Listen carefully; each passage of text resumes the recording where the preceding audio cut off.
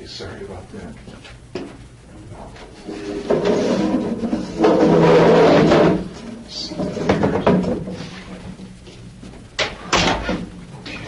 Small room about that. I'm not real comfortable. So I just need a little bit of, I don't want to get you, but a little bit of information about you.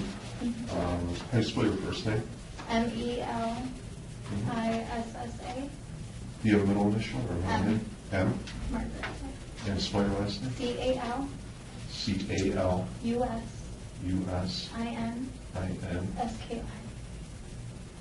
Okay, your date of birth.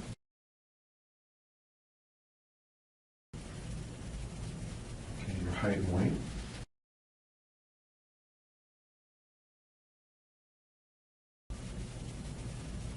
Color eye.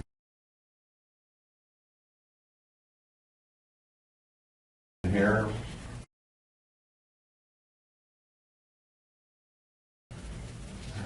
Do you have a social security number? Yes, I do.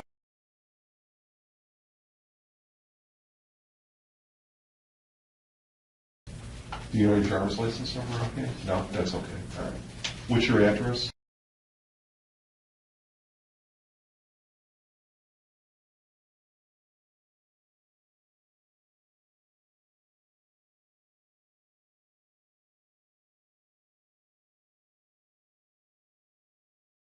Okay. Home phone?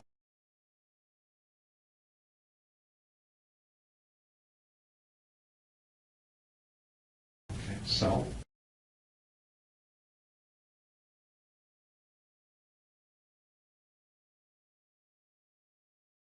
And work?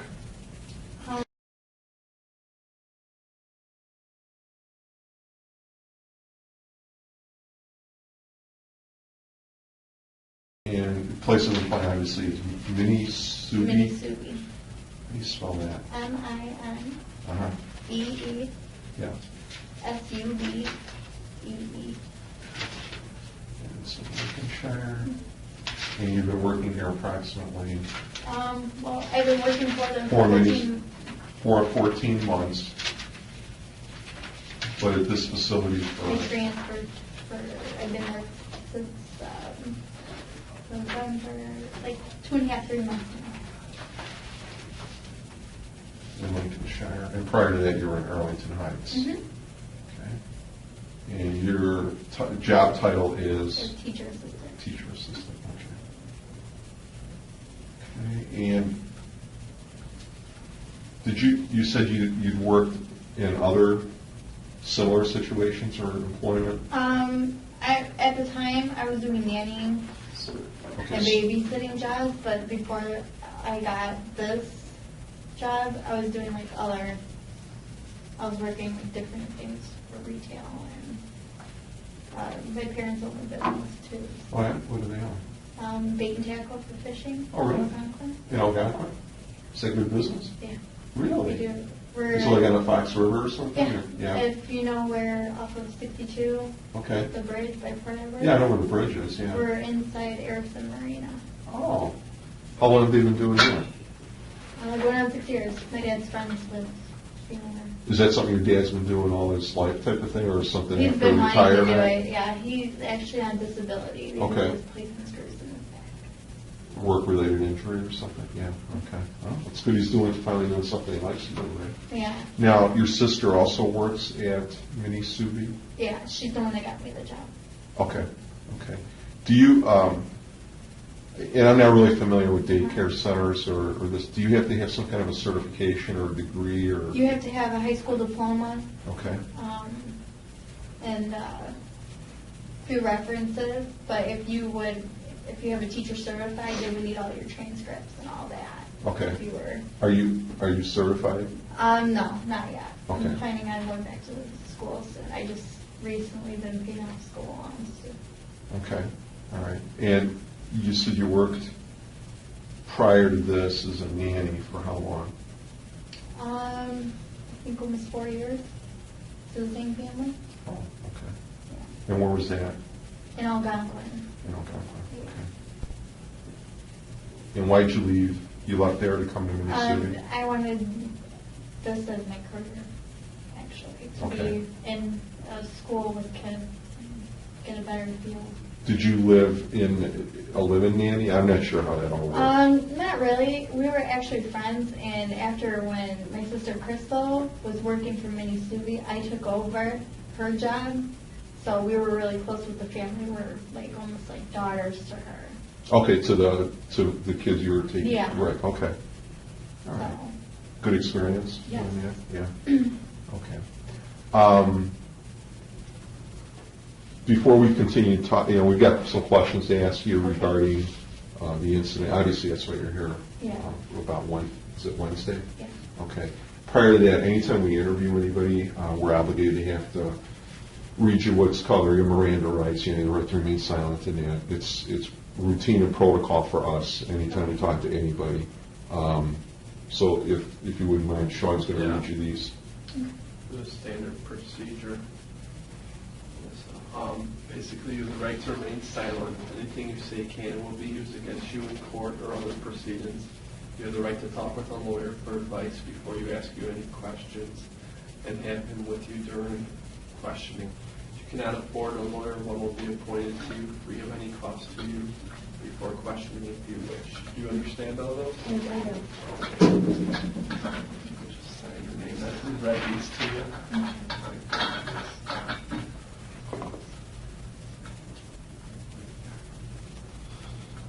Fixed. Excuse me.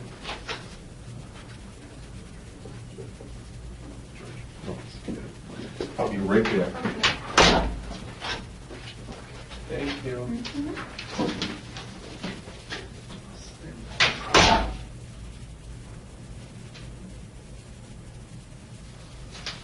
Get that out of the way. So, And like a while back, I went through this kind, not this kind of stuff, but similar, because my case got dropped. maybe what department was that with?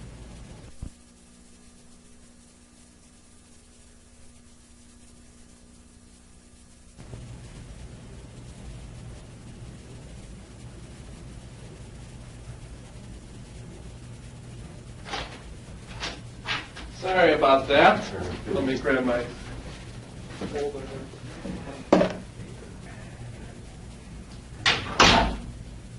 54110. Small. For this room here.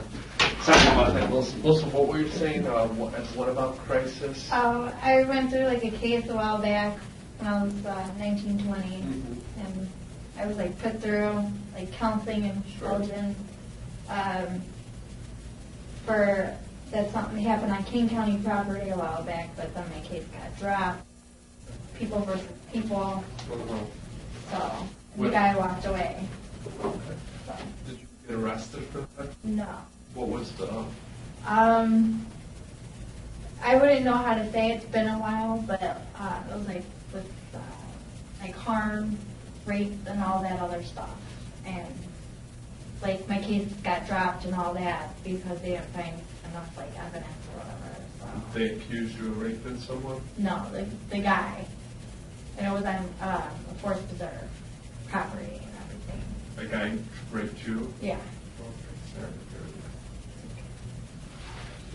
that. Besides for that instance where you were a victim, Yeah. did you ever have any other run-ins with the police?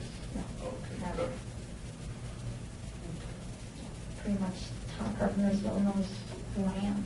Oh, really? Sometimes. Is that where you grew up too? Yeah, and they know my dad, so. Okay. He's friends with the village. A lot of policemen like them fish and stuff. Yeah. Let's, why don't we go back to, was it Wednesday? Yeah. When this all happened?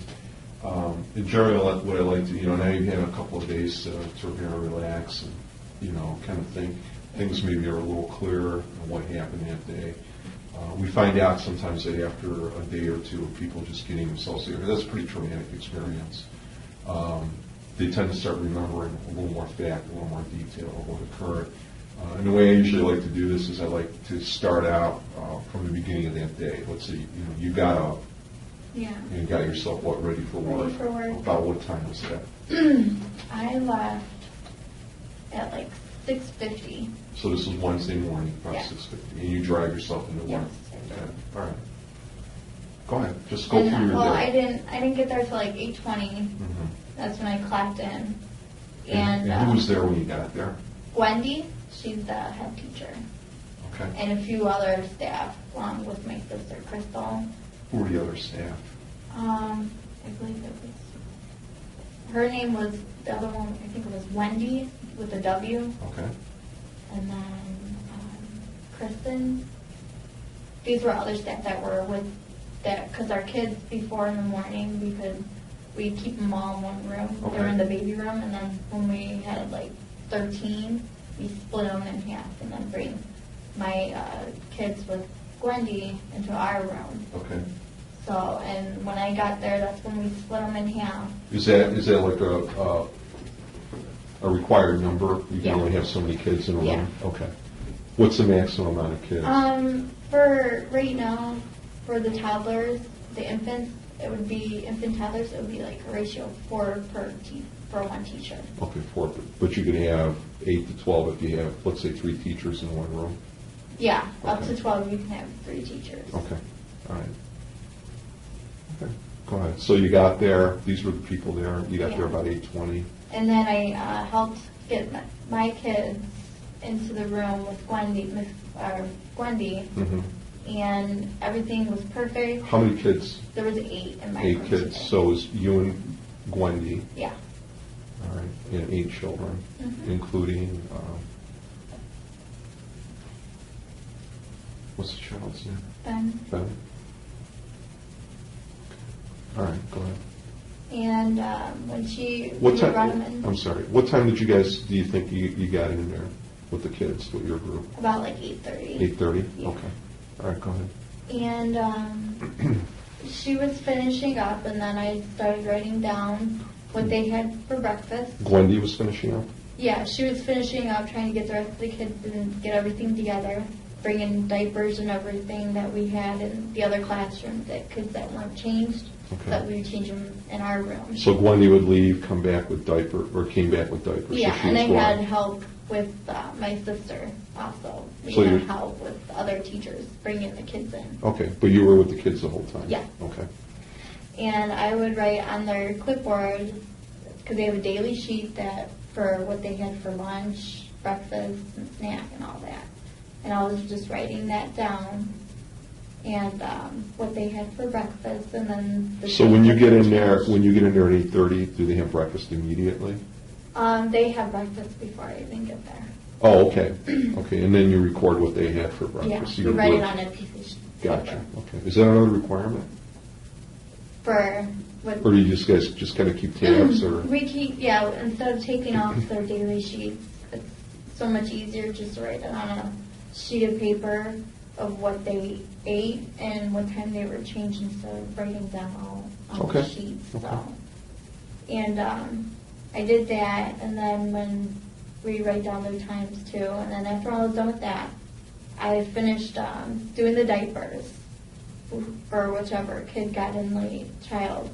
I would do the diapers, write that down, and then wash, do the routine. We had to wash their hands right after diaper. And you do this all in the same room? Hmm. Okay. And there would be another teacher, Gwendy was there when I was changing. Mm-hmm. So we would, one would change and then one would keep an eye on the kids, of course. So after that, we were playing with the kids. What time is that now? Around like 8:40. Okay. Any of the kids, We didn't notice anything at all. Everyone was happy playing. okay. There was no sign of change. Nobody was crying, nobody, I'm just not talking Yeah. Ben, but anybody? Nobody. No issues, okay. Nobody getting out of hand, or, Mm-mm. okay. And is this usually the same group of kids Yeah. all the time? Mhm. So you always have the same Yeah. 4 to 8? Yeah. Okay, go ahead. And everything was going fine. And then once around like 9 o'clock, 9:15, we start doing early breaks for the Mhm. ones that came early. Because Gwendy, she comes in the mornings at like 6:30, 6:45 to open. Mm-hmm. And then she goes on break at like 9:15. And then I have, there's another teacher that comes in there with me that helps me out and everything while she's on break. So another certified teacher would come in. So did Wendy take her break that morning? Yeah. Does she do it at the same time every time? Yeah. What time was that? Her breaks are at 9. So she took a break at 9? Yeah. Okay. And who came in at 9 o'clock? It was either a teacher, her name was Nancy, she's here Monday through Wednesday. So Nancy was there Wednesday? Yeah. Okay. So Nancy came in for the break? And how long was Nancy in there? An hour. Okay. And she would, well, it's a long break. Yeah, we take an hour of breaks because she leaves. We work an actual 10-hour shift. And you were there the whole time with Nancy too? Okay. All right. So then you get the hour break, and so now we're at 9 o'clock. Or I'm sorry, 10 o'clock. 10 o'clock. Wendy comes back, Okay. and then Nancy, she goes into another room to break in the infant room. Gotcha. And it was like back and forth. Okay. So now, all right, 10 o'clock. What happens after 10 o'clock? What me and Wendy try doing now, we try doing like group time, read the kids some books, and discuss and go along with our lesson plan. Okay. Do you have a written lesson Yeah. plan? Do you submit that to, is it something that you just hold on to, or is it something you Oh, we submit? just put it on our board. on the Oh, wall. okay, I see. So you just write it like up on a dry erase board? No, we write them out on a sheet of paper. They give us like papers. So Okay. we have to do 2 separate ones because we still have 2 infants. Okay. Okay, so now you got a lesson plan and you guys start reading to the We kids? start reading. And there's still nothing unusual? Nothing, okay. And they sit and listen, and then usually we try and read to them for like 5 minutes. They're still really young, so Right, they're really attention span's not Yeah. bad, right. So we just let them play, and then we have music playing too. Mhm. So they dance and playing, and then me or Wendy, we do bubbles every so often too, because they like the bubbles. So Sure, okay. So, nothing happened while Wendy was gone. Now 10 o'clock, she comes back, you guys do your lesson plans, and then what? we play with kids. Okay. We do check the charts for diapers and see who needs diapers, Okay, because we change diapers every 2 hours. okay. Do you recall anything at that point, Ben acting unusual or anything like that? He was Okay. happy. He was. When you say walking- happy, how old is he, 16? 15 months. Okay, when you say he's happy, what do you mean? He was just had a big smile on his face. He would play a lot. He would play with his sister, and he would just like crawl. And he was just getting used to like walking, so he wasn't walking that well yet. Okay, but he could walk, would he just like walk and then go down on all fours, or have to hold on to something? Usually what we've been trying to do, because he has a twin sister in there Mhm. too, we, like usually they'd be like uppies, like wanting us to pick him up. Okay, but yeah. what we've been doing, we've just been like, come on, and then we help them up, or they pull on our pant leg, and then we hold on to their hands, and Okay, we walk around the room with them. so does he communicate? Yeah, So he can say words? yeah. Okay. He would say ball a lot, and starting to say not nice. Okay, So, oh, good. All right, so, go ahead, now you've got the playtime, and you and Wendy are still in there. yeah, and we were playing with them until about like 11, because 11:15 we feed them lunch. Okay. And do they all eat in the same room? Yeah, Okay. and they all eat the same thing. Okay. And who feed, I mean, We I haven't been a dad with a young kid like that for a long time, so I'm trying to remember, Yeah. I'm picturing my son eating spaghetti, grabbing it, and... Yeah, I mean, we've been trying to actually, what we do, just recently we were trying to have them try and use spoons, Okay, but some of them aren't quite getting it, so we only have them use spoons during lunch. do they sit in high chairs, or They sit in regular chairs Regular and chair? buckle them in. Oh. We actually had the low... little, chairs? wooden Okay. ones. One Okay. would like buckle, Mhm. like right here, and then in between the legs you put it through, or just a regular buckle. Sure. Does it have a tray on it? No, it's, the table is just like a U. It just Mhm. has like a little area where you can push them in their own space. Okay, so now they eat, no problems there? No, they Okay. eat their food really And what time well. were they done eating? I would say 11:30. Okay. So 11:30 you're done eating, and then what? We have them play a little bit more, about like 12, Okay. 12:15. Is the latest we have them play. It depends on how fussy they get. Okay. Because we try and keep them up till 12:30 before nap. Okay. That makes them take a longer nap usually. Mm-hmm. But when we got their cots out, Mhm. they were all fine.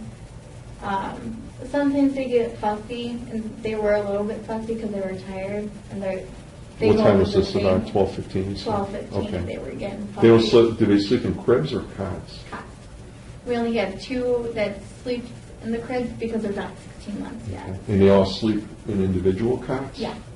They have their own cot covers and their own cots. And these are, I'm trying to picture these. These are like fold-out cots or something, or? No, they're just like mats or whatever, like Okay. things with a little bit of legs on them. And then what we do, we have the parents that buy the cot covers and we put the cot covers on them so that they have a pillow and the padding so it doesn't hurt the back or the head. Okay, so everybody got tucked in, let's say, at Yeah. 12:15 or so? Yeah. Okay, then what? How high are the cots on the ground? like that high? Say a couple of inches, Yeah. 1 or 2 They're not inches? even Okay. that high. Did you put the kids in the cot? It depends because usually once their cots and the cot covers are out, they crawl. They know They go which to one is their own. theirs. Oh. Yeah. So it was you and Wendy putting them into the cots? Yeah. Okay, all right. So now they're all bedded down, 8 of them, right? Yeah. Okay. And what? Once they were starting to fall asleep, we made sure first that they were falling asleep and that they were sleeping. And then once they were all falling asleep, we picked up the room. We did it nice and quietly. We had music going, of course. After that, we just like put the little toys in a little bin or a little area for us to sanitize because we do clean our room. We sanitize and clean all the toys every nap time. Oh, okay. All right. Yeah. And do you clean the toys in the room, or do you take them? Yeah, no, we clean them in the room. Okay. And did you guys The clean big them toys. Wednesday, or? Yeah. Okay. What do you just wipe them down with hand wipes? And We wipe, in like bleach water that we Okay. use for the table and diapers. Okay, so this is you and Wendy Mhm. cleaning. Okay. Go ahead. And then after that, we were, trying to finish up on what we needed to do because actually on Wednesday we were supposed to be ready today for the rest for relicensing Mm-hmm. for the registered teachers, the certified. So you were cleaning and doing all that and going through everything. Okay, so you're prepping for an inspection. Mm-hmm. Okay, and the kids were asleep still? Yeah. Okay. Were you guys stay in the room, obviously? Oh, yeah. You're saying you didn't leave that entire time? No. Okay. And then Nancy came back in to break me on my lunch. It was like 12:30, 1 o'clock. It was my usual break, but she came at 1 o'clock today, or that day. So Nancy came in at 1 to relieve you? Yeah. Okay. And then you went to lunch, and it was Nancy and... And Gwendy, but I actually punched out, and then I went back into my room. And usually we're allowed to do that.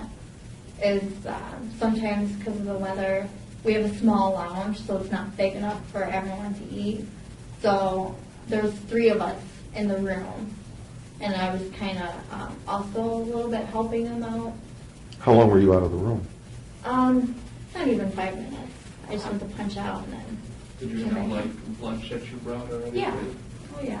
And then sometimes what the directors want us to do, and my boss, is sometimes, with lunch, we would actually sometimes eat with the children because they get more comfortable with Okay. that, so.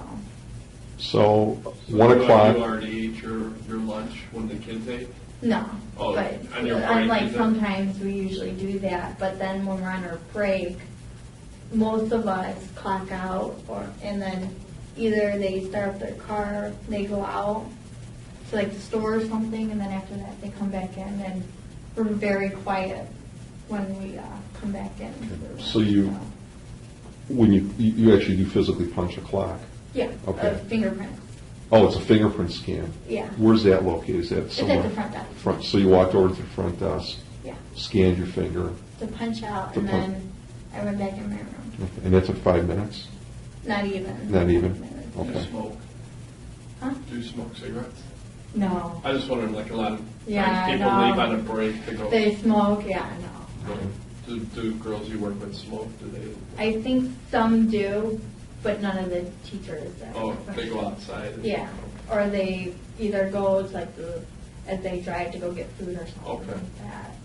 So you came back in and the kids were still asleep? Mhm. Okay. And this is all around 1:30. Yeah, Did Nancy leave or did she stay? she was still in there. She's still there? Yeah, she was helping out, and I was on my break. So it was you, Nancy, and And Wendy? Wendy. Okay. Then what? We were just keeping an eye on the kids, pretty much, and as they were, as they were they were finishing stuff up, I was keeping an eye out on the kids and Is who was finishing stuff up? Wendy and Nancy. what were they doing? They were finishing cleaning up. Cleaning up. Okay, Yeah. okay.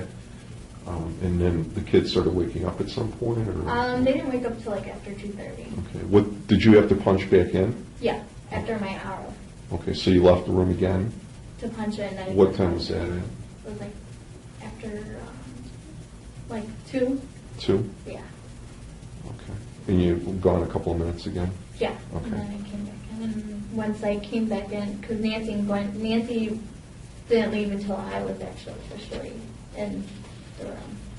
Okay, so you come back in and then Nancy leaves? Yeah. Okay. And then this is 2 o'clock, and now the kids are awake or they're still asleep? They're still sleeping. Okay. And what are you guys, just watching them? Yeah, we make sure they don't fall off their cots. Okay. And And then what time did they start waking up? after 2:30, I don't. So 2:30 the kids start, around 2:30 you start Yeah. waking up, and then what? Once they start waking up, we write down the times of when they woke up, and then generally, like, it's usually usually one of the two that are still in cribs. They're usually the first ones. Pick them up. We take them out of the cribs or off the cots. And then- Ben's not in the crib though, right? No, he was on a cot. Okay, and his twin sister? She was on a cot. Okay. They were almost like right next to each other. Okay, So, but we would start changing their diapers as soon as they started waking up. okay. And that's what happened Wednesday, Mm-hmm. around 2:30? Okay. Did all the kids sleep? Yeah. None of them like stayed up or cried or you don't remember anything like that? Usually they sometimes wake up, but some of them have binkies. So, and then they drop it in their mouth, and what we'll do, Just we'll give it go back over to 'em. there and gently, like, have them, help them find it, and then they go back to sleep. Okay, all right. So now they're off. Now what? We just turn on the lights, if they're all up, and as long as the cots are all put away, we put everything away and put everything up, finish changing diapers, put up the blinds, turn the lights, and then we play some music, other music instead of nap music. And when did that?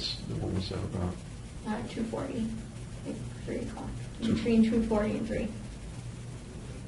Okay, all right. And Nothing unusual to that point. Okay. and then after that, they were playing again. We let them play because we only try and do group time in the morning.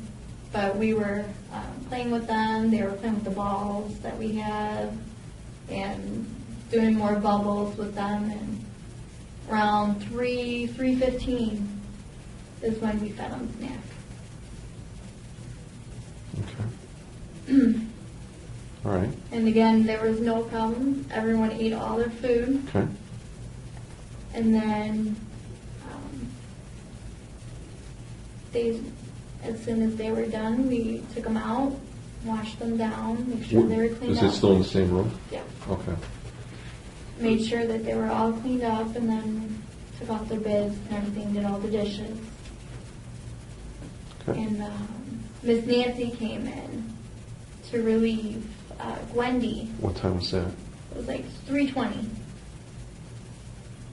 Pretty certain about that time. Yeah.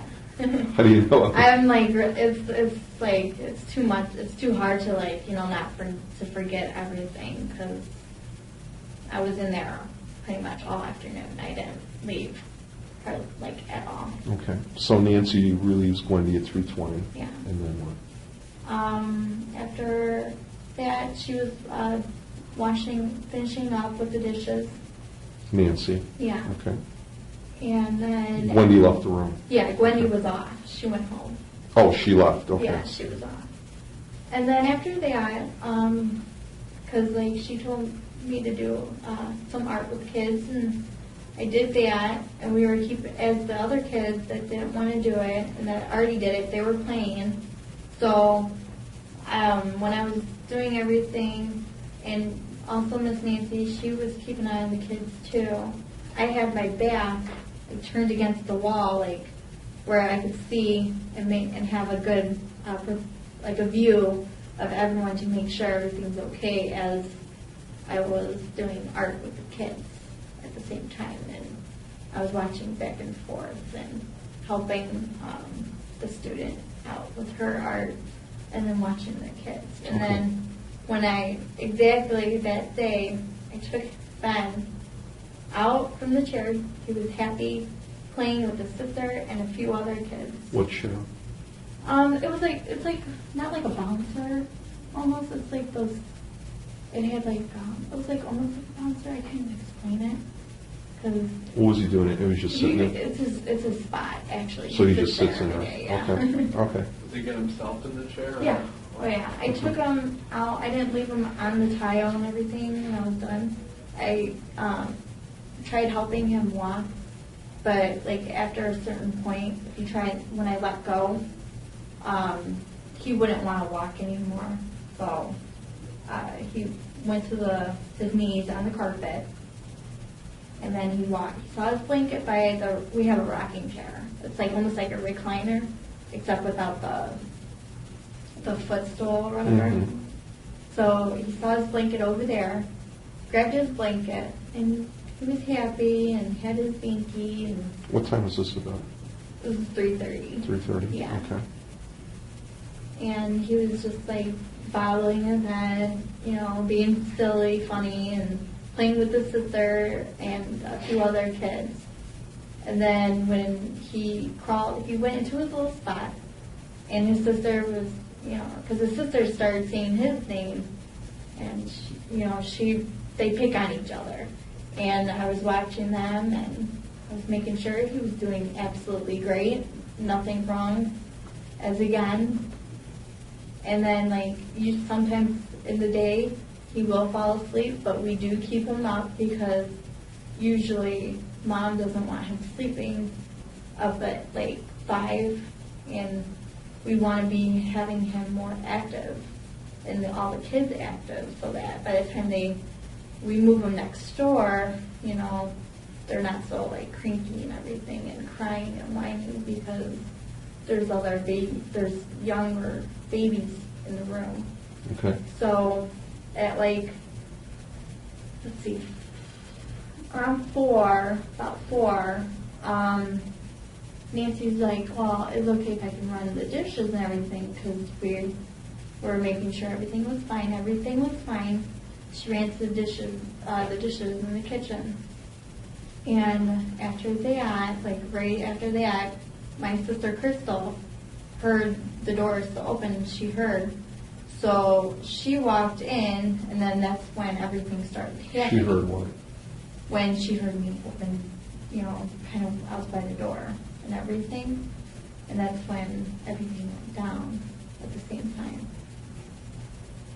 As soon as Nancy left, I was keeping my eye out. I'm So Nancy walked out of the room for how long? A second, not even, it was half a second. Okay, and where did she go? She went to the kitchen. Okay. The kitchen's right by And you were in the room with the kids? The kids. Okay. And then when everything happened...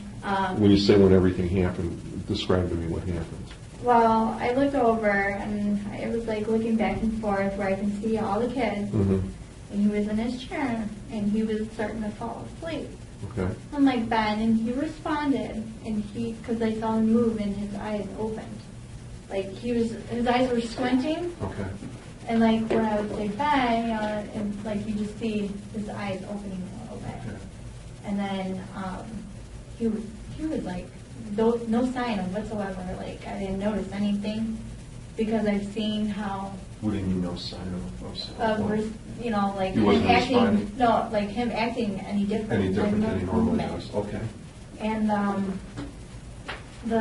when I saw him again, like it was like not even like a second.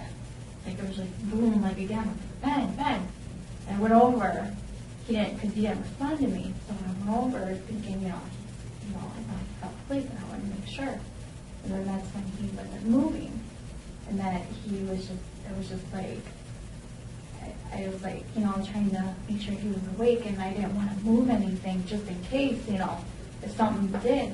And that's when Crystal, What do you mean, just in case? well, like, if anything, if he was sensitive, like, of anything, of some sort, because as soon as I went over there, like, when the door was gone, and then when Crystal heard me.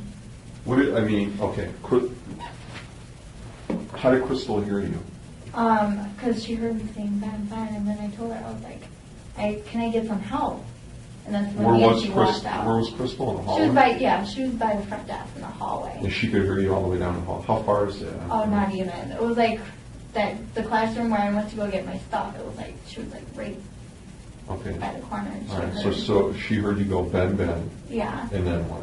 And then I went to the phone, and then she came running in as soon as possible. Did you ever talk to anybody on the phone? Yeah. Who? I heard, it was Beth, I believe. Did you go on the intercom? Is that what you did? Or? I dialed the Oh, you number. dialed? Yeah. What'd you dial? To the front desk.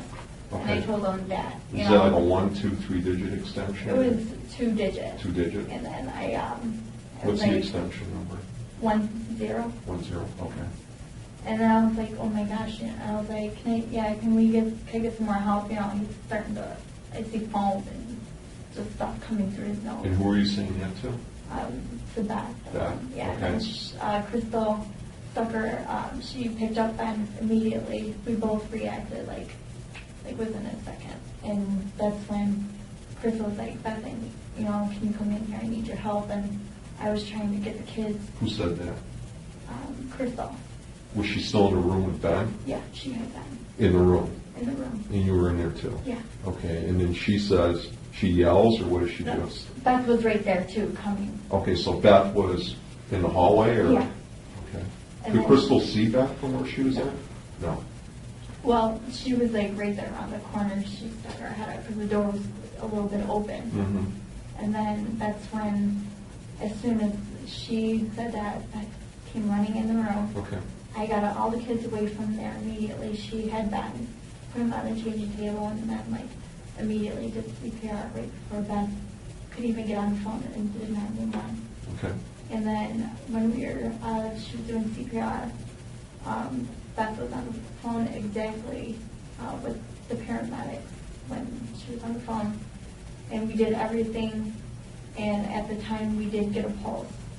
And he did have a heartbeat. He really did. And You were there the I whole was time? there the Were whole you time. holding him, or? no, I helping? was watching to make sure and making sure the kids weren't even near the kitchen area because he had vomit. How do you know there was a pulse? Sandy was checking for pulse because Sandy came in right after Beth did. So we were checking for pulses. They did up his arm here, and as soon as we saw that she was doing the CPR and the breathing and everything, I saw like the vomit, everything. You could literally see he was starting to breathe a little bit, and he did have a heartbeat.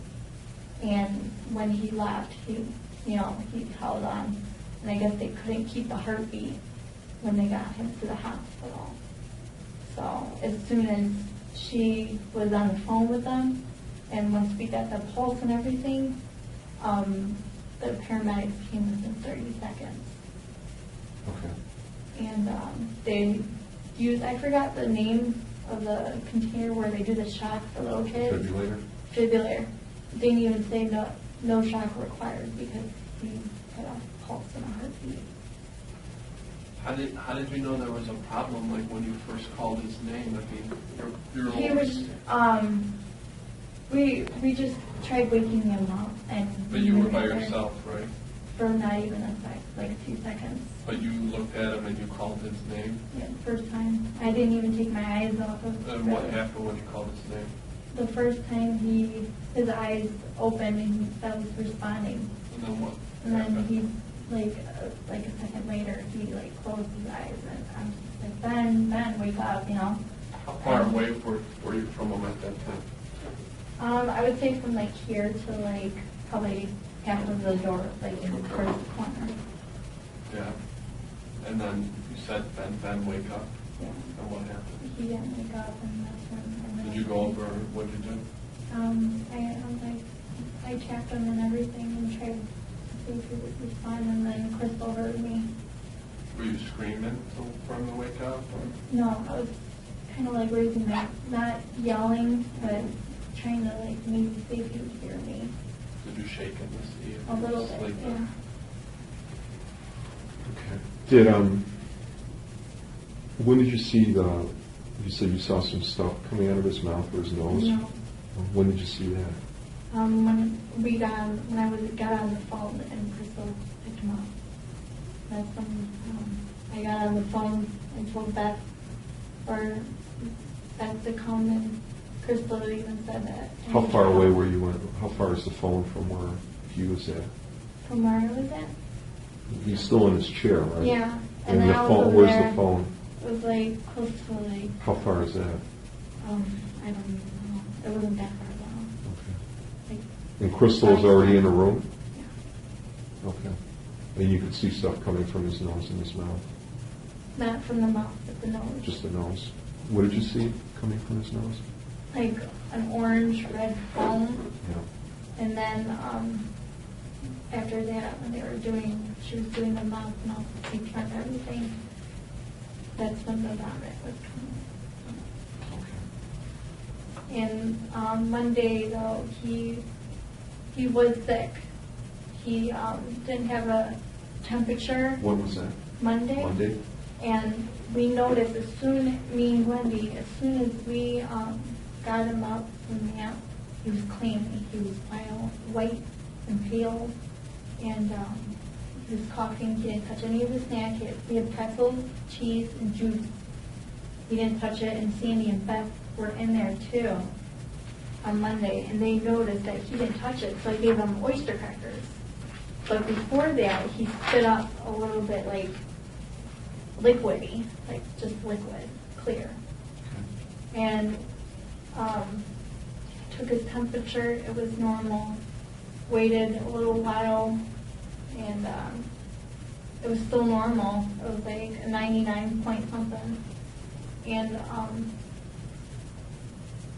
he, when I transferred all the kids on Monday, I had him because, like, I held him, and I noticed, he wasn't feeling good. He was, after when Gwendy left, she even said that he don't look good.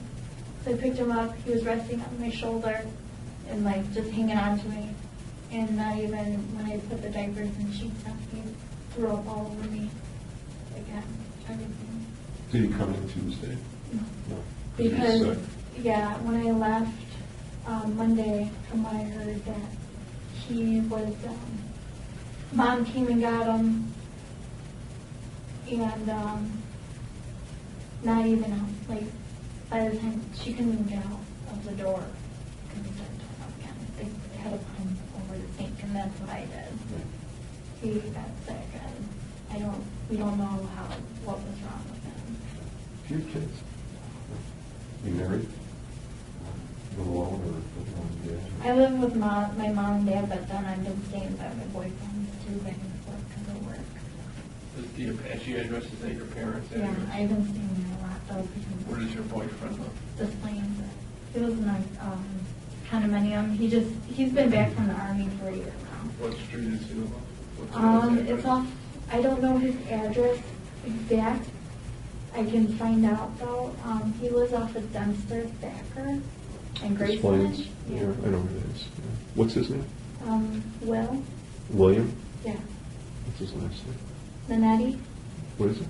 Minetti. Spell. MIN. M-I-N? ETTI. What's his phone number?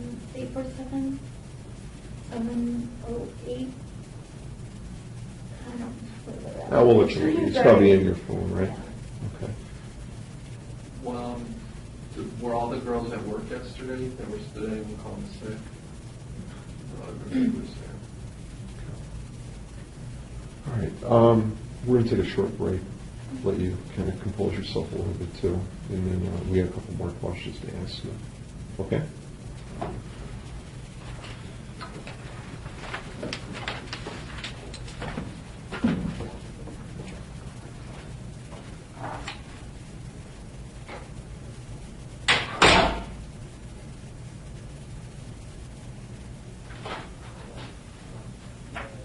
Cold? Want some coffee or something? You don't like coffee? Me neither. Cappuccino. Oh, please. I live on this stuff. I just tried not to drink. Okay, what I want to do is, and what we're talking about is, I just want to clarify some times, right around the time we started noticing a problem with Ben. Who was in the room, what time did this all start occurring? So if you can go over that with me one more time.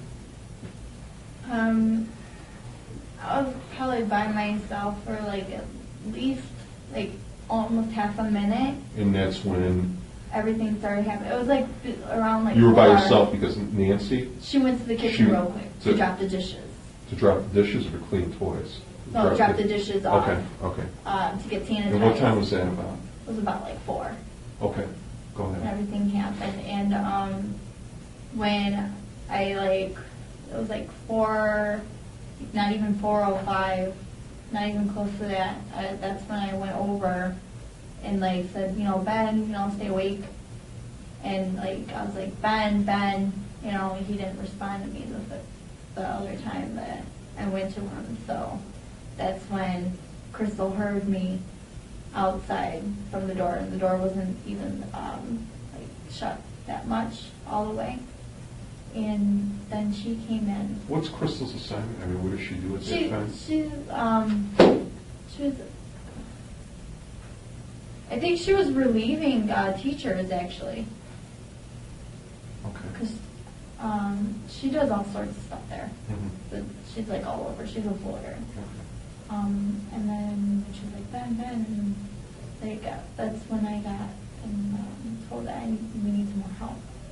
And then Crystal made it sound like a little, because I didn't want to say it over to a point where if freak out. I was in a calm stage and everything, telling her I need help, of course. Mhm. And then Crystal had Ben, and then she stuck her head. She's like, Beth, I really need your help. Come quick. And then that's when we started CPR. So Crystal said to Beth. Yeah, Okay. because Beth was right around the corner and someone was coming. But then when Crystal said, I need your help, come quickly. And then that's when everyone started. She came in, she got on the phone right away. Didn't you call Beth? Yeah, she was coming, but then we couldn't wait. So Crystal had Ben, and they heard me. She was coming. No, she was coming, and then Crystal said it again too. So before everything, because I was just getting the kids out of the way and everything. So this is all kind of happening around 4:05. How many minutes before Beth gets in there? Oh, CPR? not even a minute. Okay. Because when Beth came in right away, we were moving the kids, and then Beth got on the phone right away and called 911. And then at the same time, when Beth was on the phone, Crystal was already doing CPR. She was doing what we were supposed to, because we're all licensed and certified. To do CPR? Yeah. Who went to the kitchen? Nancy. Did she come in the room right away? No, How far is the kitchen from the room? it's a minute, not even a minute away. Did you call Crystal specifically, or? No, Crystal heard me, and then. She heard you just saying Ben. Yeah, and Real then I need your, calmly? and that's when she came in, and then she said, she's like, Because you said Ben, and you were real calm. I mean, why would she come in if you were just trying? I wasn't saying calmly. When I said it, she heard me screaming, and then like I got on the phone So you started screaming? a little bit. and What I were was you like- screaming exactly? I was saying his name. Okay. 'Cause it just, Do you know what happened to him? first off, I've been up like pretty much. So all nobody's night. told you anything? I text people, we don't know, like me and Crystal, and like it was just me and her and Sandy and Beth that were in there until paramedics came. When he started getting, when this all started, there was only you in the room, right? And your sister heard you screaming his name? Okay. Well, part of what we do, Melissa, is we're with the Lake County Major Crimes Task Force, and we investigate homicides. That's pretty much all we do. So every homicide that occurs in the county of Lake County, they call us, and we take this over, okay? We investigate the incident, and our success rate is pretty high because this is all we do, and this is what we're trained for. And we have a medical staff on our team, professional people that are certified to deal with children, adults, medical examiners, FBI, evidence technicians. We have a huge team, okay? The reason that we were called in this incident is because Ben's skull was fractured, okay? We're sure that somebody did this to him, or it's a medical certainty that somebody's done this to him. What we need to know right now is if this was done by accident or did somebody intentionally hurt him. Yeah, I would never put my hands on it, ever. I've never put my hand on a child, ever. And I've never taken my eyes off of those kids. Because there's one thing to hurt someone intentionally, to grab them and throw them up against the wall or swing them into the wall where they would hit their head. But it's another thing if someone dropped them or if they just tried to discipline them and got out of control. But we need to get to the bottom of this because this could be a real serious thing. And if something ever was to be an accident, it's hard to say later after someone lied about a situation, because at the end of this investigation, we're going to get to the bottom of this, because this is all we're going to do. We have 40 people on our team. So we need to know the truth right from the get-go. Right now, every single person that works at your place is talking to 2 detectives. So we need to figure out possibly how his skull got fractured. I wish I could tell you. I've never seen anybody put any hands on any of those children ever. I've been there. When we were speaking with the medical examiner in this situation, this wound that he had on his head is something, medical certainty, that would have happened right away when he started going into unconsciousness. Something that couldn't have happened before he got to the school that morning. It's something that happened while he was there. Sean's trying to tell you that, and you know what, medical evidence, it just doesn't lie. Yeah. Okay? That we're certain, based on, and when he says medical examiner, it means a coroner. They did an autopsy on Ben. Yeah. And there's definite medical scientific evidence, substantial. I mean, it's just not something like a tiny bruise. We're talking a skull fracture, and in a child, a skull fracture is far different than even an adult, because a child's skull, depending on the age, and if he's 16 months old, is soft, not fully developed. So for a skull fracture to occur, it would have to be a substantial blow, and not just a tap. Now, that's not saying that couldn't have been done accidentally, with a fall or some. Those situations do happen because there could be pre-existing conditions, other medical issues that we don't know about. But one thing we are certain about is that while he was in the care of the facility, this is when this happened. Okay. I also, and the reason we talk to you a lot and ask you all these questions about you as an individual, and sit here and spend a great deal of time with you, is that we deal with pretty evil people. We deal with murderers. That's what we do for a living. So we can recognize evil people, we can recognize good people, okay? Somebody who's in the child care industry, very rarely are they going to be in there for malicious or evil purposes. They're there to do what? Take care of children and do good, be what's called a caretaker, right? Definitely and that's why I was asking you kind of about your work history. This is something that's part of your career. You obviously are not an evil person. I can tell that. I mean, I can tell that the minute, in our job, we have to, for our own safety, and just because it's the nature of our job, we have to do what's called immediate assessments of individuals, because we only have a second to react sometimes, right? When we look at somebody like you, and that's what Sean and I have been having a couple of discussions, here's a person that, under bad circumstances, bad timing, wrong place, wrong time, maybe indirectly have knowledge of something, but is compelled not to because they're scared. And I know, this is big. I mean, it really is. This is a 16-month-old baby. I mean, this is somebody's child. This is somebody who won't have a future. These are parents that will never see this child grow again. And in this situation, these are parents that are going to watch a twin sibling grow.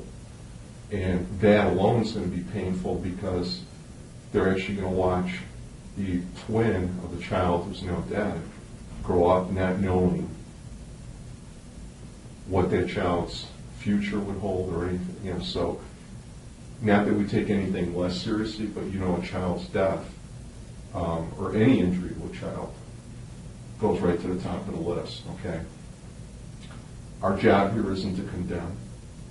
Our job here isn't to judge.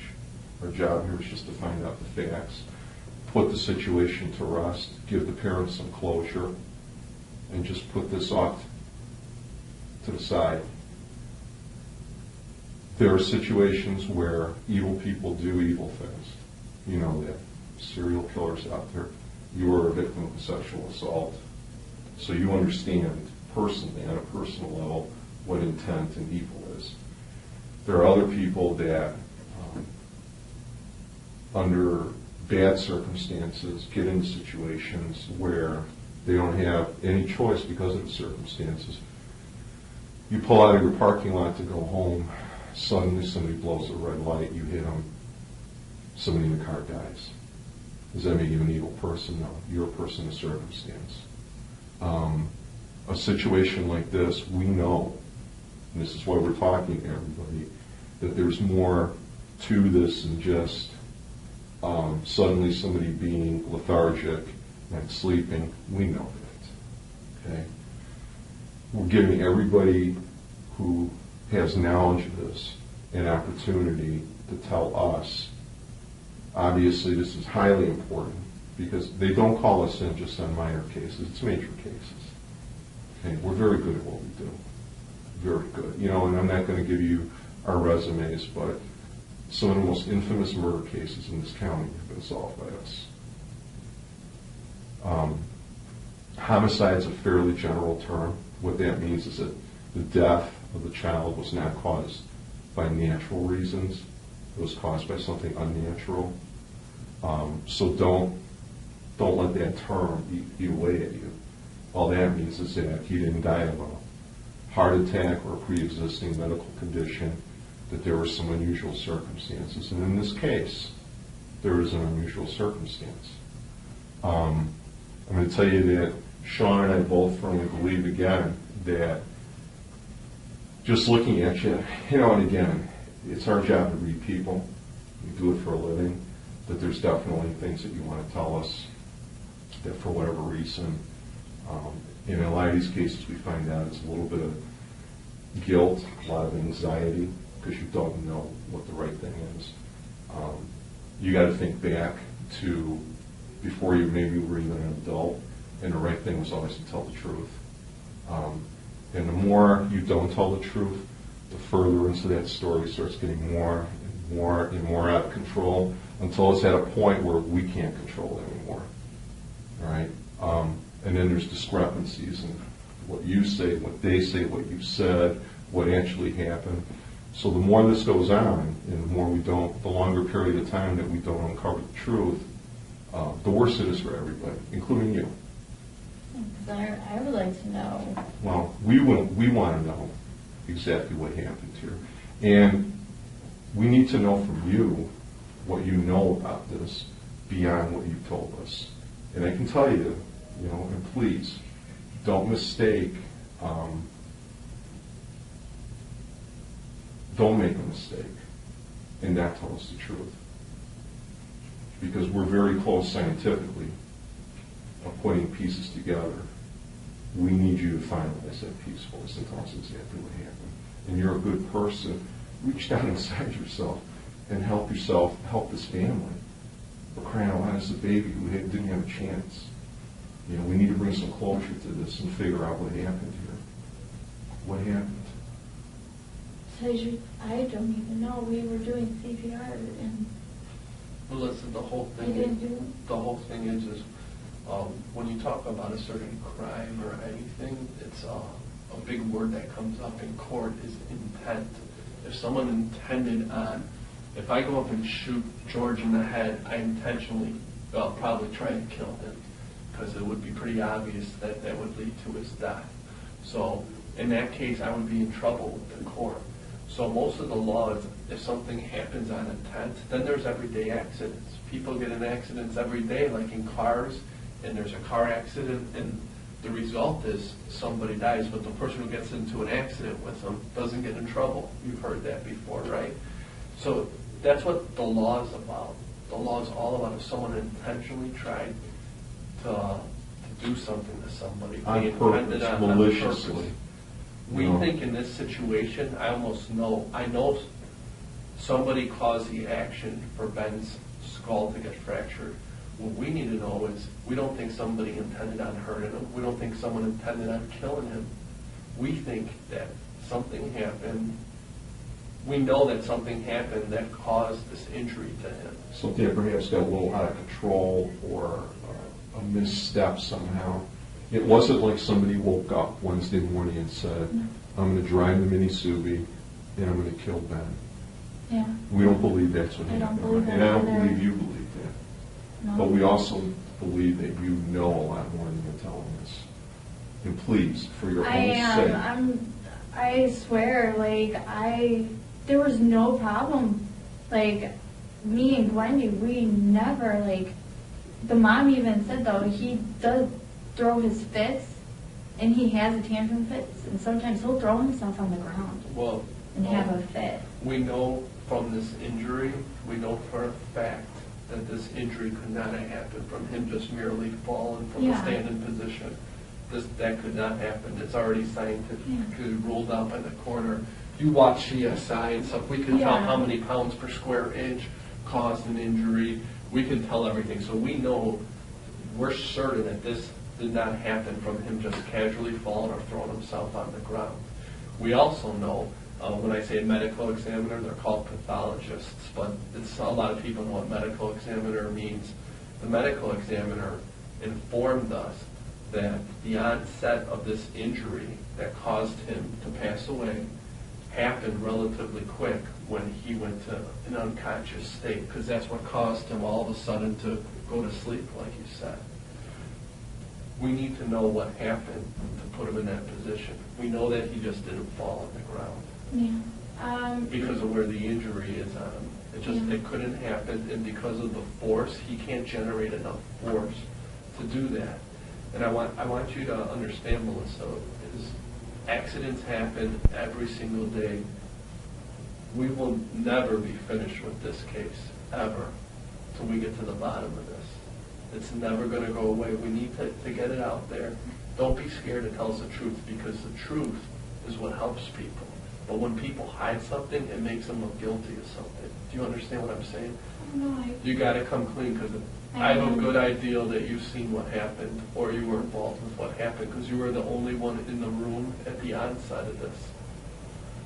Well, before everything happened, he crawled and went into his chair, and I didn't touch any of the, when he was at the time too, like when he fell asleep, when he was being unresponsive, I only took his arm and I went like this a little bit. I didn't touch his head, nothing. Yeah. And Prior then- to that, though, when he went unresponsive. He was laying back on the chair, and that was like when he was unresponsive. Nobody touched him at all. Like the kids, like before he was unresponsive and everything, and after the kids left, like his sister and a little boy was with them, and they were giggling and laughing, and I was Right. watching them. A lot of the stuff that you say, like stuff like that, that lets us know, because what ended up happening when you have a fractured skull, you end up dying from basically your brain shuts down your body because your brain swells up. Something along them lines. I'm not a doctor, but just to explain it in layman's terms, we know for a fact, and it's a medical fact, that he would not have been able to eat his lunch. He wouldn't have been able to take his nap. He wouldn't be able to be giggling. So all this stuff had to happen right away when he went unconscious. So that's why we know it happened in that room at that time. What do you think should happen to somebody who murders a child? I really wouldn't know. Like, Well, let me ask you, on the other hand, what do you think should happen to somebody who accidentally causes someone to die? well, if it was like an accidental, like,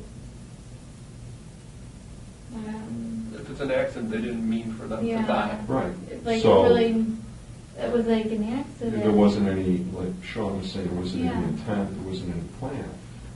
Right? And that's what we firmly believe, that this wasn't intentional. We've investigated a number of these types of cases where not only caretakers but parents get out of hand, or inadvertently something happens, and they go into this denial mode because it's a traumatic thing. Yeah. It's a traumatic thing for everybody. It's And- very traumatic. It's a lot of guilt to live with for the rest of your life. It really is. And Sean is pointing out to you that we're not going to just let this lie, and we firmly do believe that you either saw or somehow were connected to this injury. We really, really believe that, and we're trying to give you the opportunity to tell us. I don't even know though. A lot of people, they talk when something like this happens, they talk to the police and they try to put up walls to distance themselves. But in the reality, it's hurting them because it would make somebody look more guilty that they intended on hurting this person. I had nothing to do with it. I don't think that you intended on hurting him. I never put my hands on that ever. No. But we need to know what happened to Ben that day. Because he's a 16-month baby, Melissa, and I don't think you're definitely not a mean person, but I have a son, and I swear to God, so many times I accidentally hit his head on stuff. Every time I walk through a frickin' door, I swear to God, I hit his head. He falls down all the time. My baby's 8 months old, so I know he hits his head back, hits a chair. There's always accidents. It doesn't make me a bad person at all.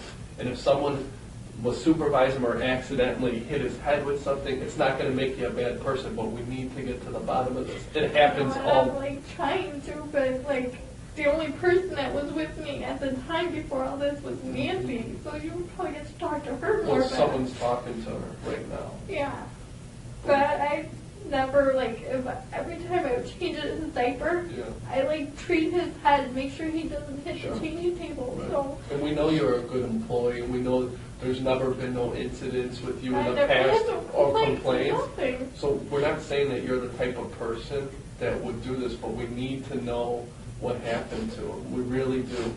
And I promise you that the truth is the best thing in this situation. You're a good person. I could tell that. If you weren't a good person, I wouldn't even want to talk to you because we have so much medical evidence in this case. But what I'm saying is, it happens every day. When you're dealing with kids, they're just rambunctious. They jump around. They're hard to control.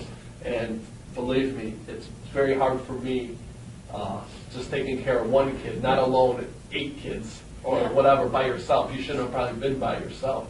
And I know it could be very stressful. But we have to let the parents know. We have to put some closure. We have to get to the bottom of this. If something happened, please let us know. If his, Oh, yeah. did you hit his head by accident with something? No, nothing.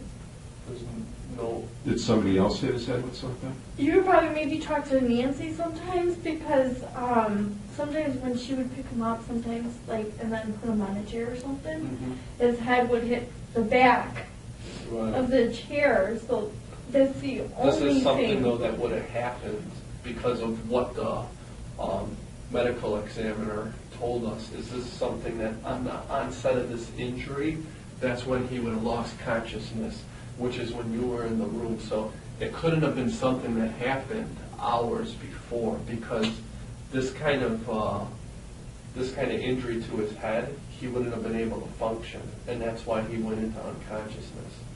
And from what you were telling us, you were in the room He for called, at least 10 yeah. minutes before this happened. And he was crawling and everything. He didn't run into anything. I swear. I was watching him and everything. Would I you had my have, eyes- did you ever, because I know as a parent and, you know, as being a policeman, I've encountered a lot of people that sometimes they lose control with the kid and they give them a little smack Yeah. in the head. The thing is we I know that haven't seen anything. this thing like this wasn't a little smack. Yeah. That's No. why we're thinking like, you know, could have been an accident. Someone could have dropped him. Someone could have hit him head on the wall. Not saying intentionally trying to do it, but that's what could have happened probably to cause this type of injury.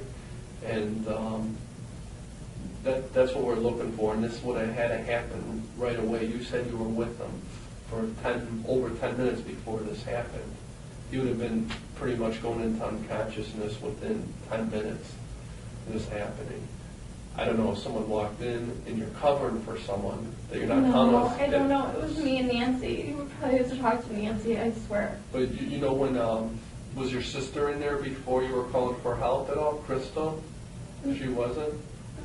Like when I called, when she came in, and then she put Ben on the changing table. Was she in there prior to that incident when you called for help, when you said Ben, when you were screaming? Was your sister in the room? No, she wasn't in. Not yet. Would your sister hurt any of the kids there? No, she has a son of her own. Right. Okay. Would you cover up for your sister if she did hurt somebody? No, Okay. Even if it was an accident, if it was Nancy. you would probably want I to would tell have the say truth something. so she wouldn't get in trouble, right? And if you think like a logical person, which I know you do because you're very intelligent, we've been speaking to you.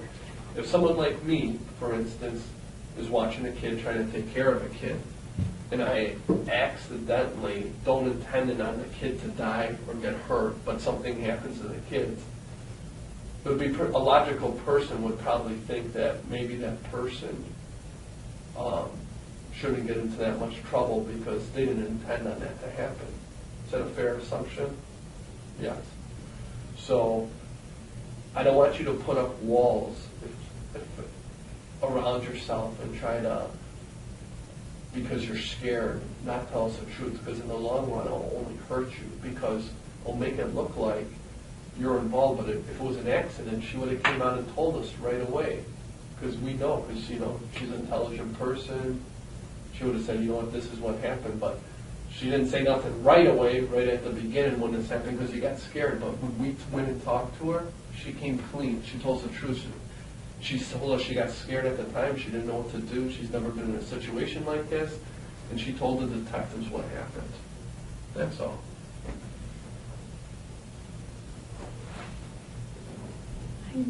I can't even imagine how he hit his head or who hit his head.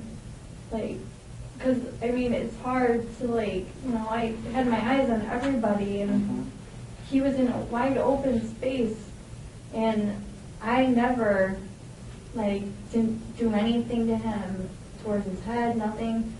But like I said, Nancy was in there. Maybe Nancy probably accidentally Okay. did something. Okay. And that's what we're getting to, all right? Yeah. If Nancy did something and you have knowledge of that, you're helping us, you're helping yourself, that's phenomenal. But if you're being reluctant in saying something about Nancy, then you really are accepting part of the responsibility. That's what the perception is going to be. So if Nancy did something inadvertently and you feel that maybe a little guilty about not reporting it right away or not taking some kind of action, don't. You're not a doctor. You're not a doctor. You don't have x-ray vision. Kids fall or kids hit their heads 1,000 times. You know, I've got 2 kids, and the first one we treated like a China doll because we thought she would break. The second one would take tumbles all the time and and as you have more kids, you sort of grow immune and used to those types of injuries. If you saw something, and I'm starting to believe that maybe you did see something and you didn't take immediate action, that's not on you. You're not a doctor. But you need to tell us what you saw. And if it was Nancy, then we need to know that. That's very important. You're helping us. You're assisting us. That's going to benefit you, not just right now, but it's going to benefit you with your career and everything else that you came forward. You're a scared young lady. You've got 2 detectives. You're in a place where you don't know what's what. I would be reluctant to say things too. But you got to trust us. We're not here to condemn you. We're not here to put you in jail. We're here to come to the conclusions of what happened to a 16-month-old child. And if you have knowledge of that, you need to tell us. You need to tell us. And you need to accept the fact that another person did this, and that's fine. But don't just speculate. You were there. You saw what happened. What happened? What happened? Sometimes. Not sometimes. I know. What happened yesterday or Wednesday? What happened Wednesday? What happened? You know something happened. You know something bad happened. You know something real bad, and you probably stood there going, I wonder if that's as bad as it looks. With Nancy, like, sometimes, like, when she handles, like, when Ben usually cries, I'm saying this, she probably did it, like, Not picks him up. probably. We need exactly. My back was turned, so she... What did you hear? I didn't hear anything. It was just... So where are you with recalling a Nancy, moment when but your back was turned? When, if Ben was crying, because I don't remember much, I'm still in shock, like... Right. Listen, I know you are, okay? Even worse than not telling the truth is half-truths, okay? It's half-truths. You know, you've got over this. Look, you're an adult, and you're a smart person. You're not stupid. You don't have memory loss. You're not in medical shock, okay? What you are is in denial, and you're thinking, I don't want to be here. I don't want to accept that this is happening. I don't want to accept that he's dead. I don't want to be anywhere.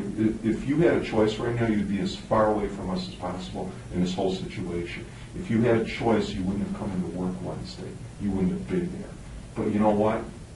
You were there. You were a victim of circumstance, right?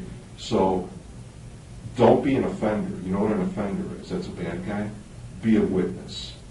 Be a witness. And you know clearly and sharply in your mind, and no one is blaming you for not taking some action, okay? No one is blaming you for that. But we need to find out exactly what happened, and we completely believe that you know what happened. And if it is Nancy, okay, in great detail, not my back was half turned, not I didn't see it in here, I didn't smell, but in great detail, you need to tell us this, and we need to put this to rest. We need to all go home tonight and have this entire situation put to rest. Behind us. Okay, we need to finish this today. We don't need you walking around a week from now, 2 weeks from now, looking at doubt, no closure. We don't need that. You don't need that. You can't possibly, and I'm a lot older than you, you cannot carry that burden of guilt. You can't do that. So you've got to tell us what you saw in great detail. Not possibly, not probably, because you know 100% we know what happened, but we need you to tell us. Tell us what happened. Before everything happened, I was giving him a snack, I just used, I cleaned them off and everything when they were all done. After I cleaned off Ben's hands and everything, I put him down, and he crawled. He was fine before all that, and I believe I changed his diapers.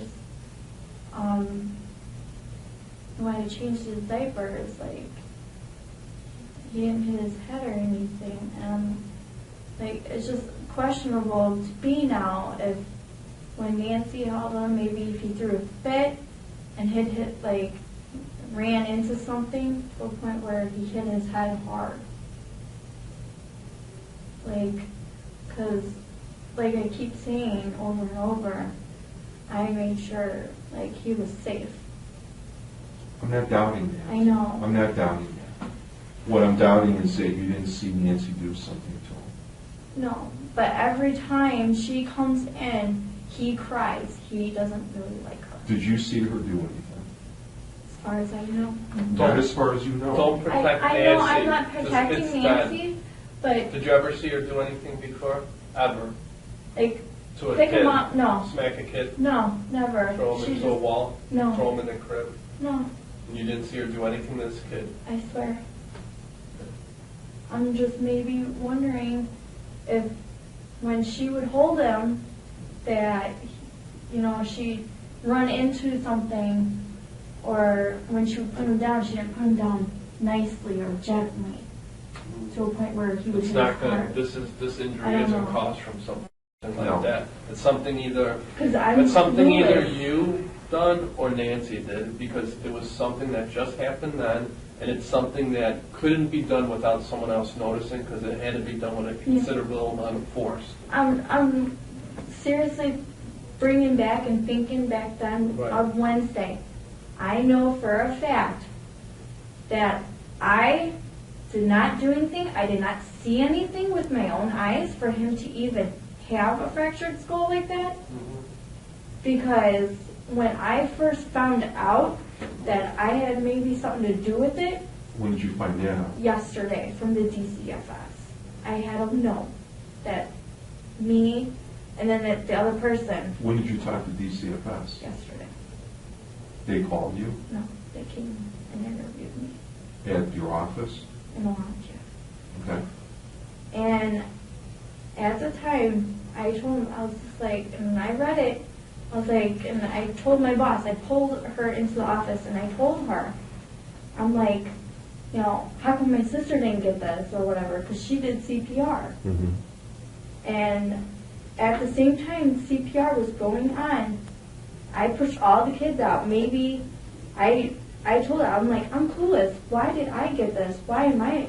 Seems like I did something wrong. What did it say? That someone called DCFS on me, like saying that it could have been my fault for a fracture.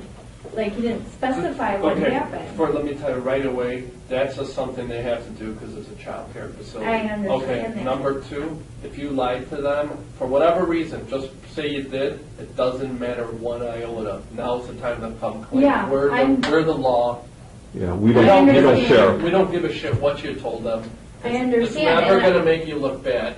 You I might have been know. a little confused and shaken up yesterday. So whatever you told them, I don't want it to in any way affect what you're going to tell us. Don't try to be consistent No, with what you told them. I am. I'm swearing to you. I am not lying. I am swearing on my aunt's grave and my uncle's that I did not do anything to fracture his skull, and I did not see anything.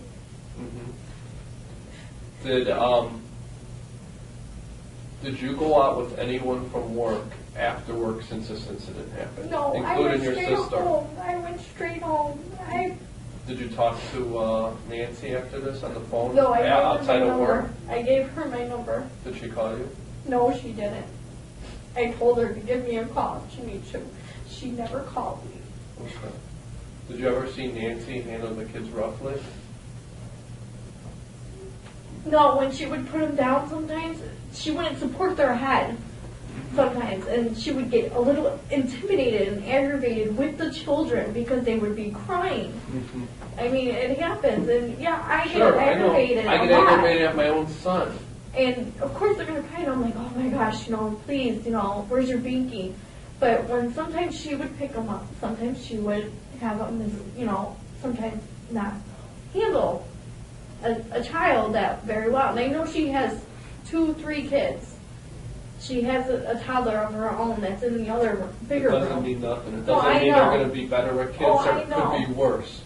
We And- deal with people who kill their own kids. I know, and she would get frustrated. I get frustrated. I mean, everybody does. Yeah. It's human nature. But and how she would sometimes pick them up. She wouldn't support them. She'd just pick them up and hold them as they're facing towards you, and hold them like that. Was Ben sleeping during his nap hour Yeah, when Nancy was there? yeah. Was she mad at him at all that day? No. No one was mad at him? He probably woke up around 2. Who's the oldest kid in the room? How old? It would have to be let's see. No.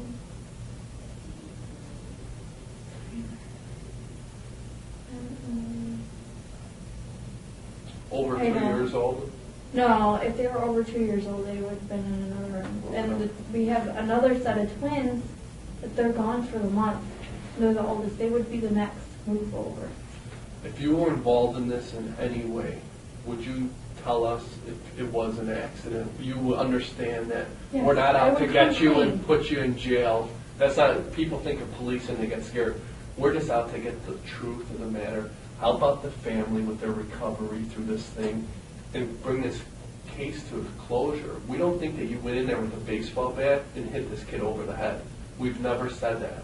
Because if you're that type of person, we don't even want to talk to you. We're going to use all our evidence and try to prove it and put someone like you away. But we don't think you're that type of person. We think this could have been either someone getting real frustrated or an accident. The last thing I want, since you're a good person, I don't want you to cover up for anybody. I won't. There's a certain law for covering up. It's called concealment of a homicide. Now, just because it might be called a homicide, like my partner said, that doesn't mean someone intended on killing him. It just means, if someone gets hit by a car, that's actually, a homicide up until the coroner has an inquest and they rule it an accidental death. It doesn't mean it's an accident. But there is a charge for someone who intentionally and knowingly lies to detectives during an investigation where it's classified as a possible homicide, and it's not a nice charge. So I would hate to find out later that you're trying to protect your sister or Nancy. No, I Because know, I yeah. guarantee you right now that they're talking to detectives, and they're going to know right away who's guilty and who's not. I never, ever would cover up for anybody, not even for a death. If you did something that was an accident, though, I would say something. you're smart enough to know that you didn't mean to do it, right? If you lost your temper and maybe cracked someone, would you tell us? Yeah. You would? Have you ever thrown a kid against a wall? No. Have you ever hit a kid's head against anything? Never? Never. Did you ever hit Ben? Nope. I've known them since they were really little. And when I first started subbing, in January, I went over there to sub. That's where I first saw them, the twins. They were still babies. What are the other workers going to say about you, how you handle the kids? They'll say that I handle them very well. I don't. Do you get aggravated easy, or do you? No, not really. No. I've never seen anything like that ever. And I would definitely come clean and say if I did see anything, I would say something. I would. I don't hide anything. I don't cover up for anybody. Were you out with your sister Wednesday or Thursday night? No, You didn't see her after work? no. She went home. So no long conversations on the phone? Nothing like that? No. We would find out. She would call, check up on me and see how I was doing because I was scared at the time when she was doing CPR and everything. I left to go put the other kids in another room when they were still doing CPR still, and that's when the paramedics came. But yeah, I would never do anything to those kids, ever. Never put my hand on a kid.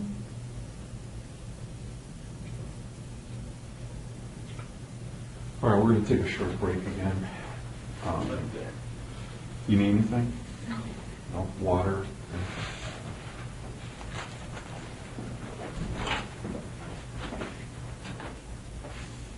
Anything? It's great when a baby goes to sleep because it's a lot easier to control them. So why wouldn't you guys just let him keep on sleeping in his chair? I mean, because it was just getting towards the end of the day, and can you we were sleep there to the end of the day? I mean, wouldn't he be we a lot had to easier? transfer the kids. That was the reason.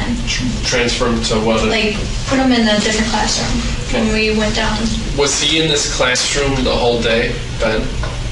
The classroom I was in? Yeah.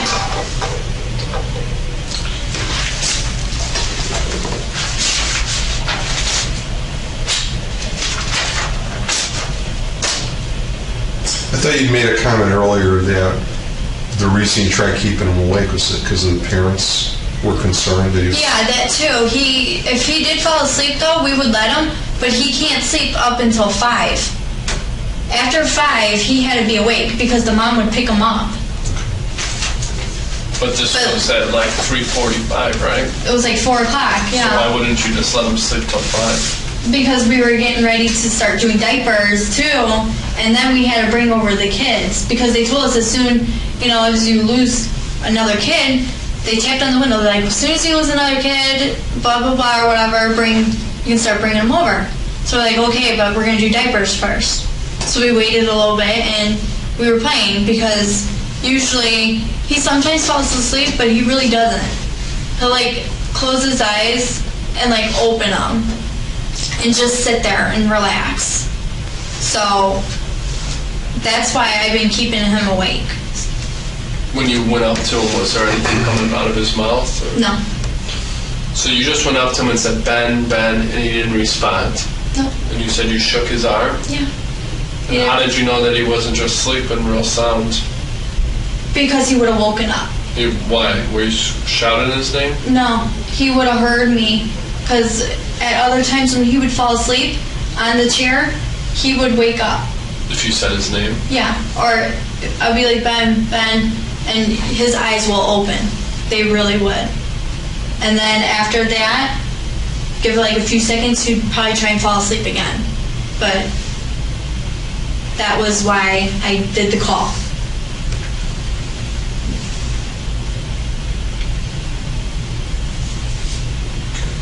I'm still trying to even think how he even got the fracture. I'm still clueless. Right. I wish I could tell you. I have no idea. That's the same question we're trying to get answered. Yeah, I have no idea. Did you look up anything on like your computer at home about injuries to children's No, I didn't. heads, or if we I didn't know anything. subpoena your record? Yeah. Would we be able to find out? Would we see anything about you researching anything about infant deaths or Yeah, you anything in the wouldn't. last couple of days? Yeah, you wouldn't. And we're not going to find out from your boyfriend that you told him that you made a mistake and you accidentally dropped Ben. Mm-hmm. We're not going to find that out? No. Because if that's the case, Yeah, no. you got to tell us, Melissa. Yeah, I know. Because we're not out to hurt you. I know. We don't want to hurt you, honestly. Melissa, what if Nancy accuses you of doing this? Then what? I'm going to be questionable. I'm going to be like, why? What did I do? I've been trained really well to actually do this. And I understand she's been there, but I've been trained really well. And I handle even little infants younger than he does myself. No, I'm just saying, what if she facilitates, And says that I did yeah, it. said, hey, this is what I saw. I'm going to be like, well, why? Like, how? What did I actually do? What did So I actually... there's no doubt in your mind that if she makes an accusation that she's not going to have anything to back that up with. No doubt in your mind that when Nancy, or she's being questioned right now, says, look, I'm going to come up front with you guys. Melissa, she made a mistake. I saw it. I didn't know what to do. this is completely out of character for me. I should have said something, but it's her responsibility. She was in there the whole time with them. Yeah, this is what she did. Then what? Where are we at? I would have been like, I would tell you. I would straight up tell you that I did make a mistake, and I was too afraid to say something, you know. I didn't know it would actually hurt him, and I would have came clean and even said to Miss Beth and Miss Sandy, here's what happened, and that this is what, you know, his head hit the floor or wherever his head got hit, and I would have said, I am completely so sorry. I didn't mean to do this at all. That's what I would have said, and I would have came clean. I wouldn't hide nothing from no one. If I knew I was doing something wrong, or if I did something wrong, I would go up and I would talk to them, because it would make me feel better. Yeah, and it's not necessarily that you did something wrong. I mean, there's sometimes accidents happen, and I mean, they're unavoidable. Yeah. I mean, we've all been in car accidents. I mean, sometimes stuff's just unavoidable. So if that's the case, it's not like you did something wrong, Yeah.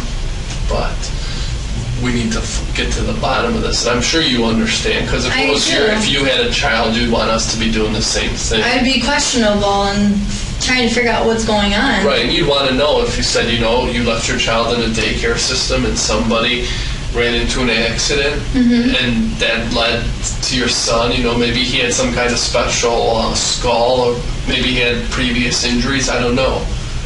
He was sick a couple days prior, but maybe this little accident is what caused it. It would just give them some closure, and it would help us clear this case out. Yeah, we're not saying we don't know if there was a pre-existing condition and something, Sean's point is something may have aggravated it. You know, there are strange physical anomalies, you know, things with people that sometimes you don't know. I mean, there's a thing out there where certain adults have skulls that are like eggshells. Okay. And they go around their whole life without ever having a head trauma or a head injury, and then one sudden, hit or fall or hit to the head, and suddenly they're dead.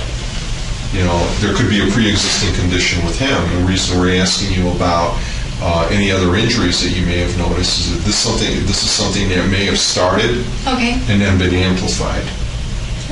Okay. It's sort of like aggravating an old injury. And that may also give off the appearance of intensity. Yeah. And like you said that too with the injury, he has had bumps on his head, but that wasn't from us. I know that. Mom even said, I seen him, Billy seen him. Was it ever documented? No, because he would do them at home. Like, he would do it with Mom around. Who else seen that? Me, Wendy. The mom would tell you he had... Yeah, and she even told the doctors at the hospital that, you know, with these bumps on his head, it's from him hitting his head. I was told. And, by who? By the director. Beth and everybody, we were all talking, and Billy even asked me, they're like, have you noticed about the bump on the head? And I'm like, no, I haven't. When was this? This was at the hospital when they were all at the hospital with Beth. Wednesday or? Yeah, Wednesday. And they asked me, they're like, have you noticed about the big bump on his head? I'm like, no, I haven't. You know, I didn't recognize it. But I have noticed, though. Did he have any bruises on his face? No, none. None that day? None. Absolutely none. You would have noticed? I would notice if he did. He has really light skin.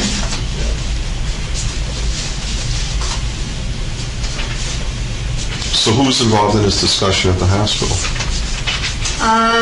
Well, Beth went there because they wouldn't let her ride in the ambulance. So she had to take her own vehicle, and this is what she found out.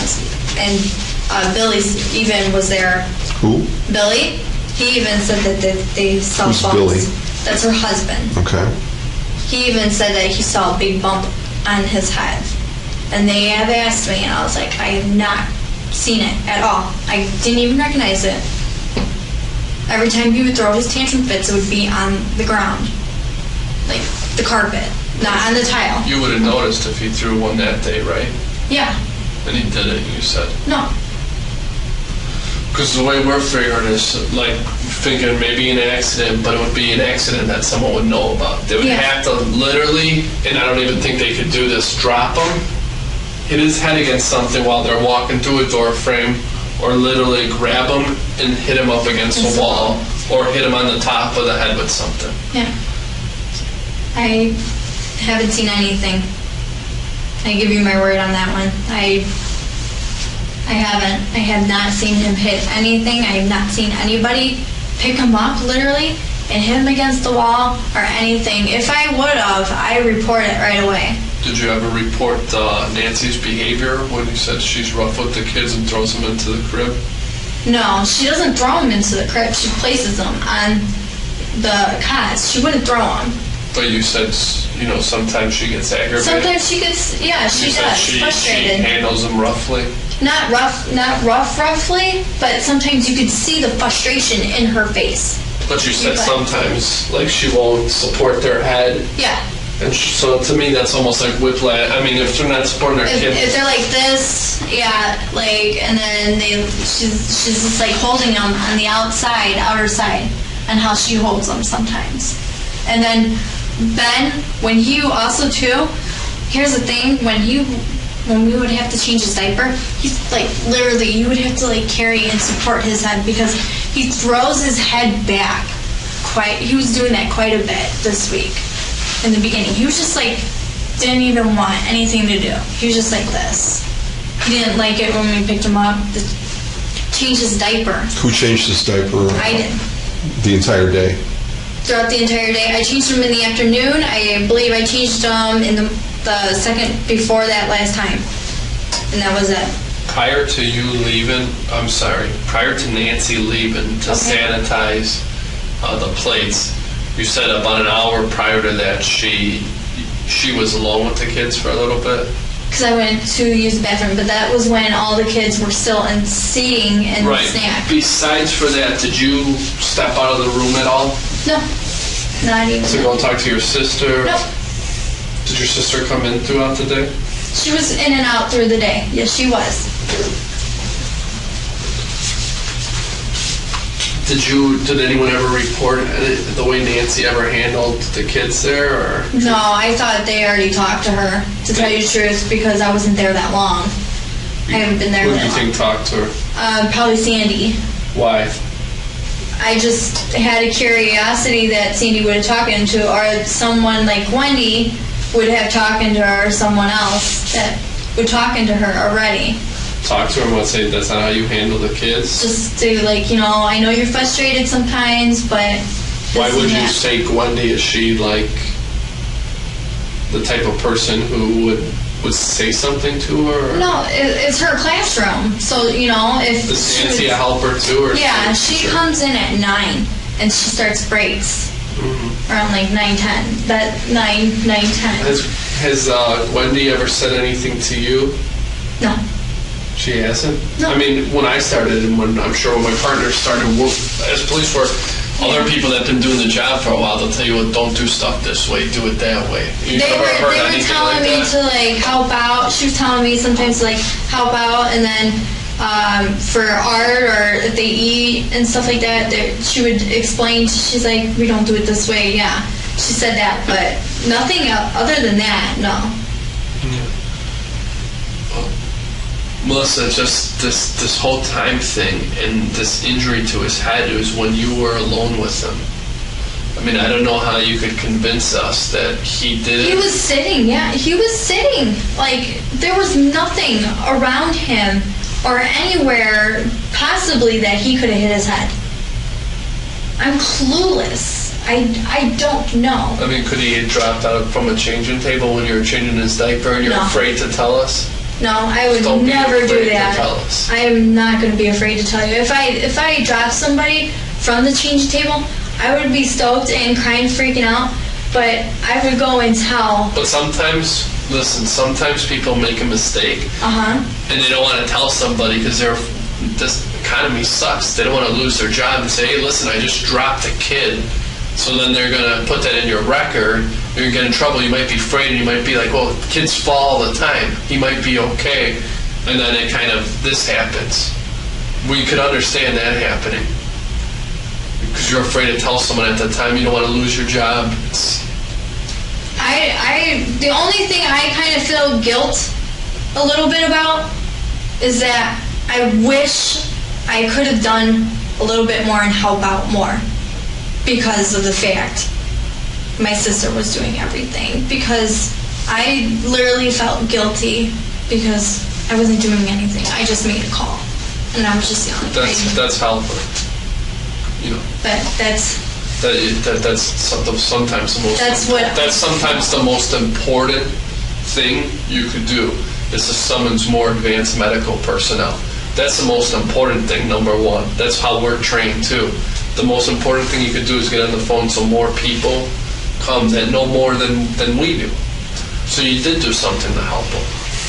But we don't want you to be afraid to tell us because you were afraid you're going to lose your job and you thought it would be okay because you see kids fall every day. You probably see a kid fall every day, literally, like fall down.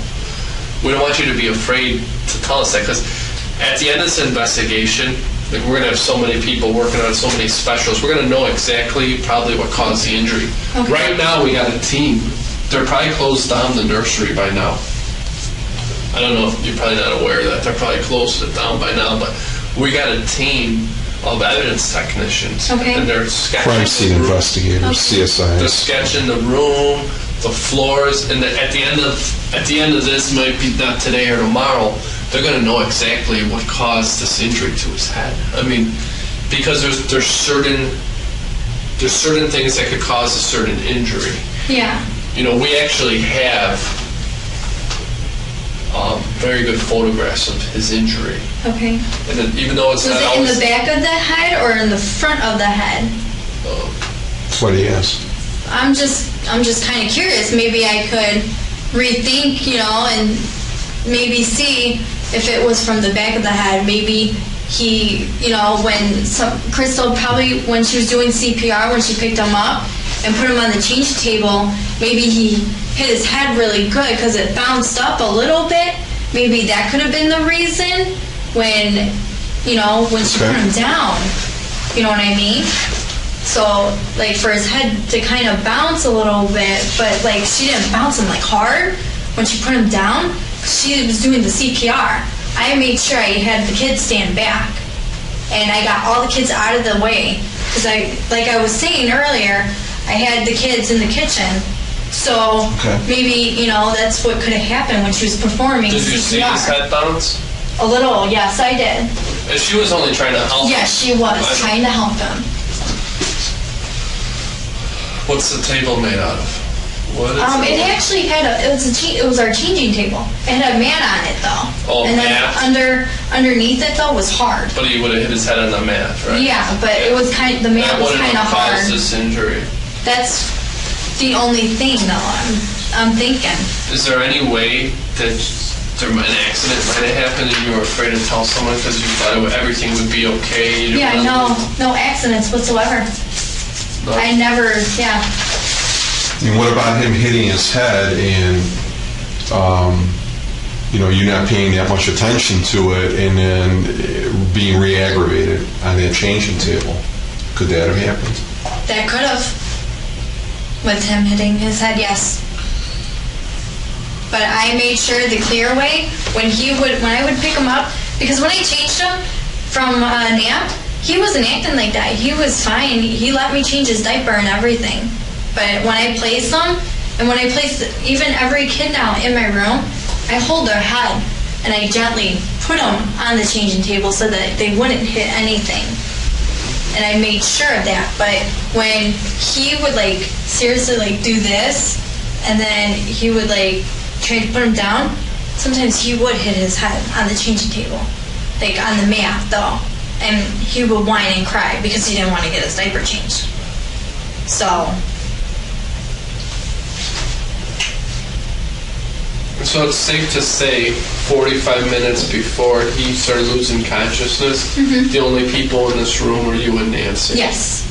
So if someone did this to him, it would be safe to say that the only people that could have done something to him would be either you or Nancy.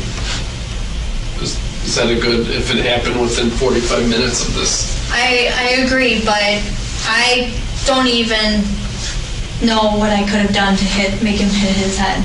But you would, like I said, this is a substantial injury. If he hit his head to cause this injury, you would know.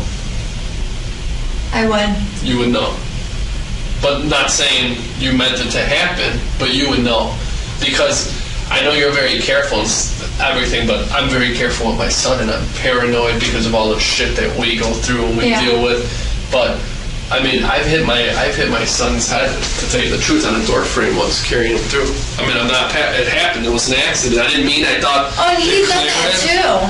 But there's stuff I didn't mean to do that. Yeah. But I mean, it's hard to believe that there's never any accidents, or I'm almost worried when he's on the changing table because they flay around so much and they go crazy.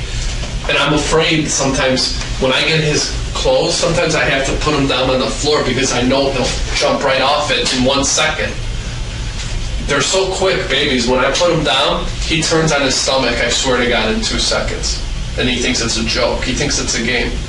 So it's hard for me to believe that there's never no accidents because I'm only watching one, and you love these kids, I know you do, but when it's your own kid, you'll see someday you're really, really, really, there's even more love for the child. No. And when that stuff happens to me, even with one kid, I can't imagine how someone could take care of 8 kids and there not be mishaps. I mean, it just has to happen. Yeah, if I had seen any accident, I do report it. I do. I say something. I let them know. And I even asked. Have you ever reported an accident before? Not there, no. Because I've never. You've been there for a year and 2 months? I've been at the other place. I mean for this company. For this company, yeah. I have reported accidents. Like what type of accidents? Bumps on the head. Like from what? What do you mean? Like, did they fall? Yeah, when they fall or they clench together, and there would be a mark literally on their heads, and I would report it. And I get an accident report, and I fill it out, and then when I'm done filling it out, I sign it, I give it to my boss.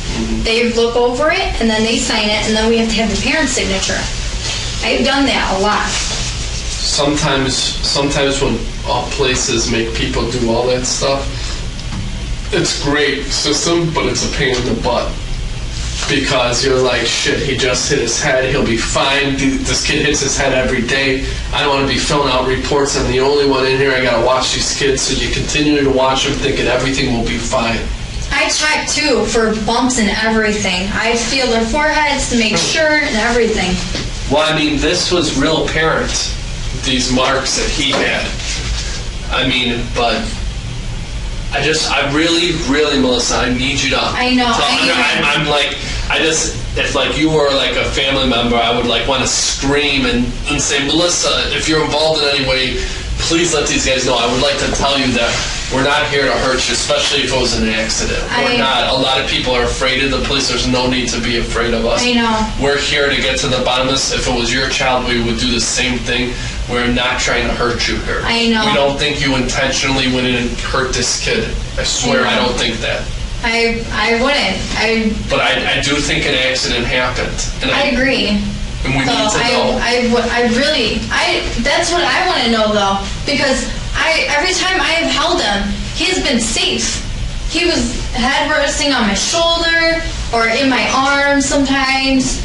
And then we'll walk around, he'll dance with me, we'll, do dancing. But I have never in my life that I've been there, even ever, would seriously, do that to him.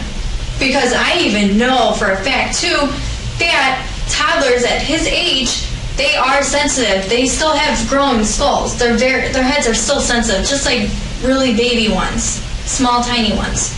And I understand that their heads are sensitive. But I would never. We're not saying intentionally. I know, and I'm just saying if there was an accident, I would say something. I can understand why someone wouldn't. There's stuff that we're supposed to do, like at work, and it's a lot of protocol, and sometimes, if you hurt yourself, you're supposed to fill out all these forms, and you got to go to an accident review board, and it's just like, man, I don't want to deal with all this BS. I'll be fine. I don't want to say anything.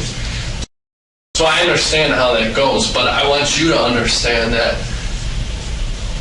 after today, you know, we might have to talk to you about a couple things, but after today, it's going to be really hard for you to say, you know what, I was thinking and I dropped him and I forgot about it. You know, it doesn't seem like an accident then, but if you told us today, listen, detectives, I was changing him, he was going crazy, he fell out of the changing table, he seemed fine, so I didn't say nothing, there was no one else in the room, and I couldn't leave. I monitored him, he seemed fine, all of a sudden, I seen him shut his eyes, I decided that at that time, I've got to get help, that he wasn't fine. If that's the case, please tell us. Please, don't help yourself. I am telling you the truth. I did not drop him. Anything, nothing serious. Did you hit him in the head? Nope. Did you do anything to contribute to any of these marks on his head? No. Nothing? I swear, nothing. Okay. When you say nothing serious, what do you define as serious? That I would never put my hands on him. I don't even recall putting or hitting him.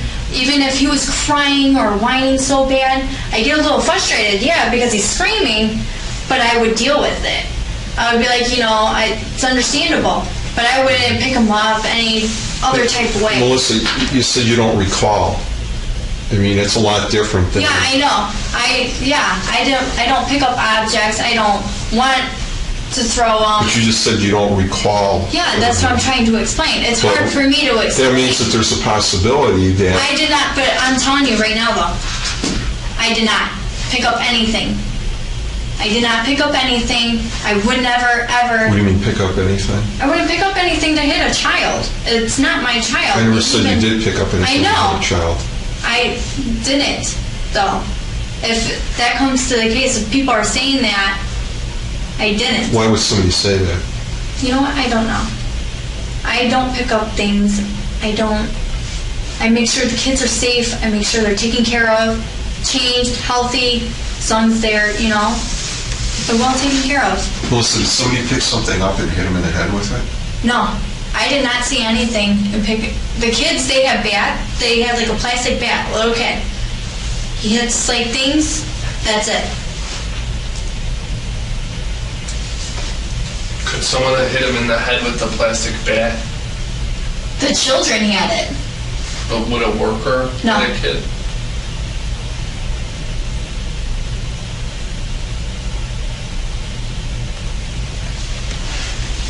Did you lose your patience and hit him? No. You sure? Yep. Positive. Because if you did, it's understandable. No, I know. It's very freaking stressful dealing with one baby, I know. I know I never knew it till I had my own because I never watched babies in my life. But it fucking makes you lose your mind. Yeah. I mean, those are the best words. I'm not trying to not be professional. You can lose your mind sometimes because they'll go screaming. You're trying to get other stuff done, and that's only one. So I can understand if someone all of a sudden, they lose their mind for a second and they hit a kid. I totally understand why someone would do that. Yeah. We've had incidents where people just flat out black out.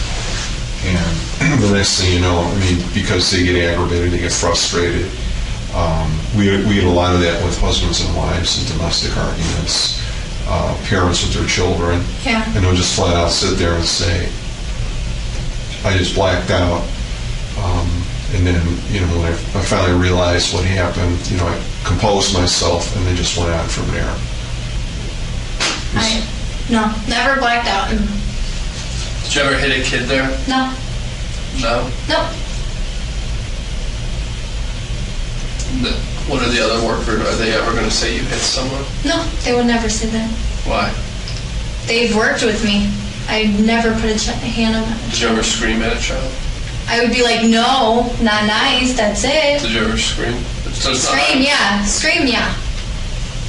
But not like scream, like violently scream. I'd be like, no, not nice, you know. Right. That's it. Do you scream because you're losing patience? Sometimes, yes.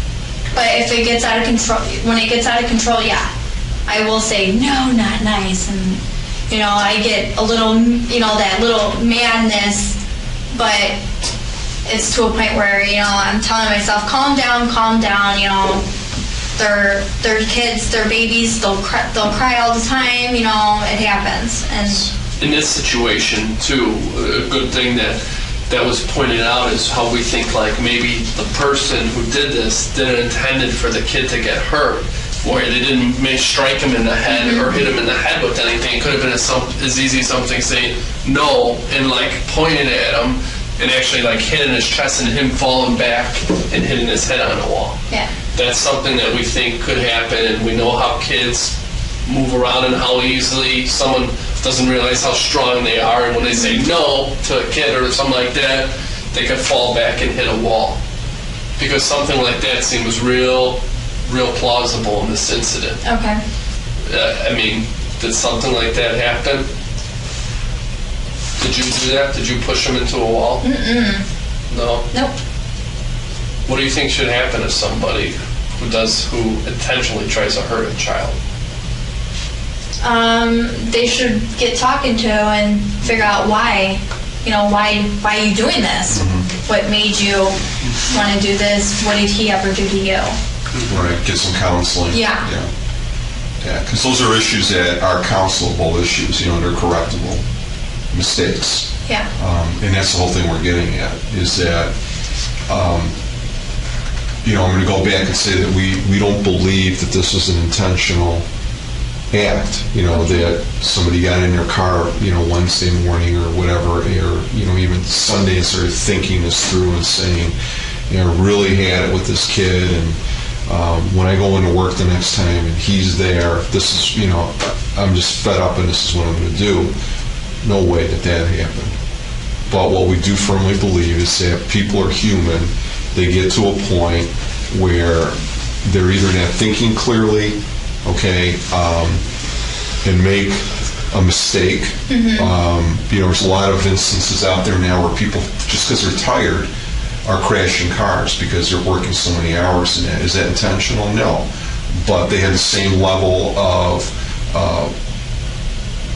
intoxication as somebody who was drunk. That's literally a statistic. It's, if you're awake for like 17 hours straight, you're like a .50, which is right near the legal limit. You know, something that you can't control. All right. So if there's an error made, you can't control the error. It's made. Okay. And at the time, it may not seem like it's a tremendous issue. Okay. It may not seem like, you know, let's say in this case, something may have happened. It didn't seem like it was a major injury. Okay. Because you don't know with kids, realistically. And we were talking a little bit this morning about a case that I had handled where a child literally was in a carrier, and the parent left the child at the top of the stairs of the house. It was no big deal. One of the other kids just came flying down the hallway, inadvertently hit this carrier, and the child was strapped in it like an astronaut, tumbled down the stairs. Okay? The parent looked at the child, and there was no visible injuries. Yeah, the child was a little upset, crying, but calmed down, right? Several hours later, all of a sudden they noticed that the child's lethargic, which means they're kind of spacing out a little bit, falling asleep, right? And appeared to have all these signs of being sick, like even a fever. So they took the child into the hospital, and even the doctor looked at the child and prescribed some antibiotics. Okay. Said they looked down, whatever. A couple hours later, they come back again saying, you know, it seems like it's the girl, she's getting worse. And we don't know, you know, why. It doesn't seem like anything's helping. And she keeps, you know, dozing off and doesn't seem like she's paying attention, right? Another doctor, who now is a more experienced pediatrician, because the original ER doctor was just a regular general practitioner, now a specialist. This doctor looks at the child and says, holy crap, there's a concussion here because of the pupils. But to the naked eye and to the, you know, when it first occurred, it didn't appear like it was anything. And they actually airlifted the child to Children's Memorial Hospital in Milwaukee. That's how serious this injury had turned into a blood clot, whatever. Was that intentional? No. It was an accident. Did they notice it right away or think anything of it? No. But this is what it, and even the doctor originally looked at it. Did they notice it and think anything of it? No. They made an assumption that it was, you know, the flu and it was whatever. And I don't even know, I'll be honest with you, if the parents had told them about the tumble of the stairs. I'm going to presume they did, and they probably did some kind of cursory exam and said, well, there's nothing here. So the point being is, yeah, if you look at that now, a child laying at the hospital, and that's what I had to do, is drive up to Milwaukee, and here's this infant with all the, it really is a nasty sight because they've got all the IVs running in them, and babies are so tiny, they've got tubes and whatever. It looked horrible. It looked absolutely gruesome. It looked like this child was actually the victim of a major, major abuse. And you're talking that they had drained the child's head, really did a pressure twice because of the blood clot, because, the brain was expanding and swollen and caused fever. So initially, you're going, oh my God, these people took this child and, slammed it into a wall or, whatever. I mean, you're thinking all these things. Well, they were reluctant to talk to the police because they're nervous, right? Yeah. Nobody wants to be accused of doing anything in town. And let's face facts. Even us, if we're driving down the street and the red lights go on, to this day, and I've been a cop a long time, you still get nervous. Yeah. Even though, you're probably going to get the courtesy of getting out of it, and it's just another policeman. So anytime the police talk to you, and these parents were looking at me like I was being accusatory, and, I'm going to take their child away, and this is going to get into the newspapers, and I'm going to lose my job, and people are going to look at me as I'm a bad parent or whatever. And it took hours, and actually in this case, it took a couple of days to convince them that wasn't the case. And the more that they denied having any knowledge, or we don't know what happened, the worse it looked. Because denials like that, with facts in front of us, we already have these facts, just imply that there's deception, that a person's flat out lying to us. And the more and more that goes on, the more and more you feel like you're being manipulated, and you're giving these people every opportunity. Once they cleared the air on this, and everything fell into place and everything made sense, it was a done deal. We were finished, okay? Child went through rehab. Yeah, DCFS got involved. Do we like them getting involved? We don't have a choice in it, okay? They have to investigate any child-related incident. I'll be quite honest with you. Would they talk to you? Without our knowledge, when you told us that was realistically the first time we knew that anybody had made any kind of an accusation or threat to you, is that appropriate? No, absolutely not, okay? We could easily bring you in here and sit you down and say, this is what we're going to do, this is what we believe, this is what we're accusing you of. We're not doing that, okay? We always go by, at least I do, and again, I'm going to go back to us making immediate assessments of you and your personality, all right? Okay. Does a person intentionally do something? It's a big, big difference between intentionally and spontaneously or accidentally.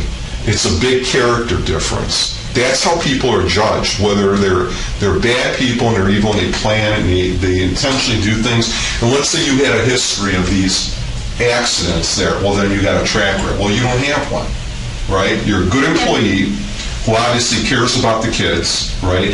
I'm going to presume that your employers are smart enough, because it's their business, and even your coworkers, because they work in this business, that they're all dedicated people who want to work with children, who are good at it, and they don't go into this as some kind of a plot to get into a system where they can abuse kids. That's not the case here. But when you're dealing with kids, they're unpredictable, they're spontaneous, they do stupid things. I can remember the first time I had to take my daughter to an emergency room. Literally, we found out that she was allergic to Benadryl. Okay, and Benadryl has two reactions: either it makes you sleep or it makes you hyper. It made her hyper. She was running in circles in our house, and she hit her head on the edge of a door and cut her forehead. And if you've ever seen a forehead cut, bleeding is incredible. It looks like, oh my God. Okay, but that's spontaneous. It's something that's not preventable. Okay, what was I going to do? Tie her up or whatever? Face value, I bring her into the ER. I'm a police officer. I got this child with this head injury. I'm getting questioned, because that's what their responsibility to have to report any child. They have to determine at that point whether it was an intentional, whatever. I brought my son in a couple times with a broken wrist. Okay, he's broken his wrist 3 times. He's an athlete, baseball, football. Okay. But if I'm a DCFS person, I'm looking at this as being very, what am I doing? Am I grabbing my son by his arm and twisting and snapping, you know what I mean? Yeah. Okay? They're giving me the benefit of the doubt because the report I give them is accurate and factual and it's consistent with what we're seeing. Okay. Okay? What you're telling us, based on timelines, based on whatever, is inconsistent. Okay? And that's why we're sitting here going, look, we understand that you're looking out for yourself. We understand also that maybe given 24 hours and rolling this back in time, that if we were there and we talked to you almost immediately, that people, when they're in an incident like this, traumatic like that, they really, really want to tell you immediately what happened. Police officers involved in shootings, as we investigate those, officer wants to tell you right away what happened. He wants to get that off of his chest and say, you know what, the guy pointed a gun at me. I want everyone to know that what I did and why I killed him was justifiable. You know, but we don't interview them right away, so they have to sit and they have to wait, and that causes some issues. That causes them to manipulate story. And it's like it's a human reaction for you or anybody else to contrive a story or think things to put yourself in a better light. Mm-hmm. And it's very, you know, and I'm not insulting you, please, don't take this as an insult. It's almost amateurish, and it creates the opposite effect. It makes you look like you're concealing something. Like I'm hiding something? Correct. That's it. It makes you look like you're hiding. So, if you take an incident that was not intentional and it escalated into something, you know, worse, you're not a doctor, you don't have a crystal ball in your hand to predict what could happen. Okay. Right? And now all of a sudden, you know, we have no, but we're saying yes, there's a medical factor. Something did happen, okay? You know, and you're very smart. Let me tell you, I'm going to compliment you because you brought up a couple of points in our conversation, of points I've given you about skulls and kids, you know, things like that, and that's great. But don't base your story on things I'm telling you. I'm trying to be honest and factual with you. Okay. Okay. I'm laying things out here.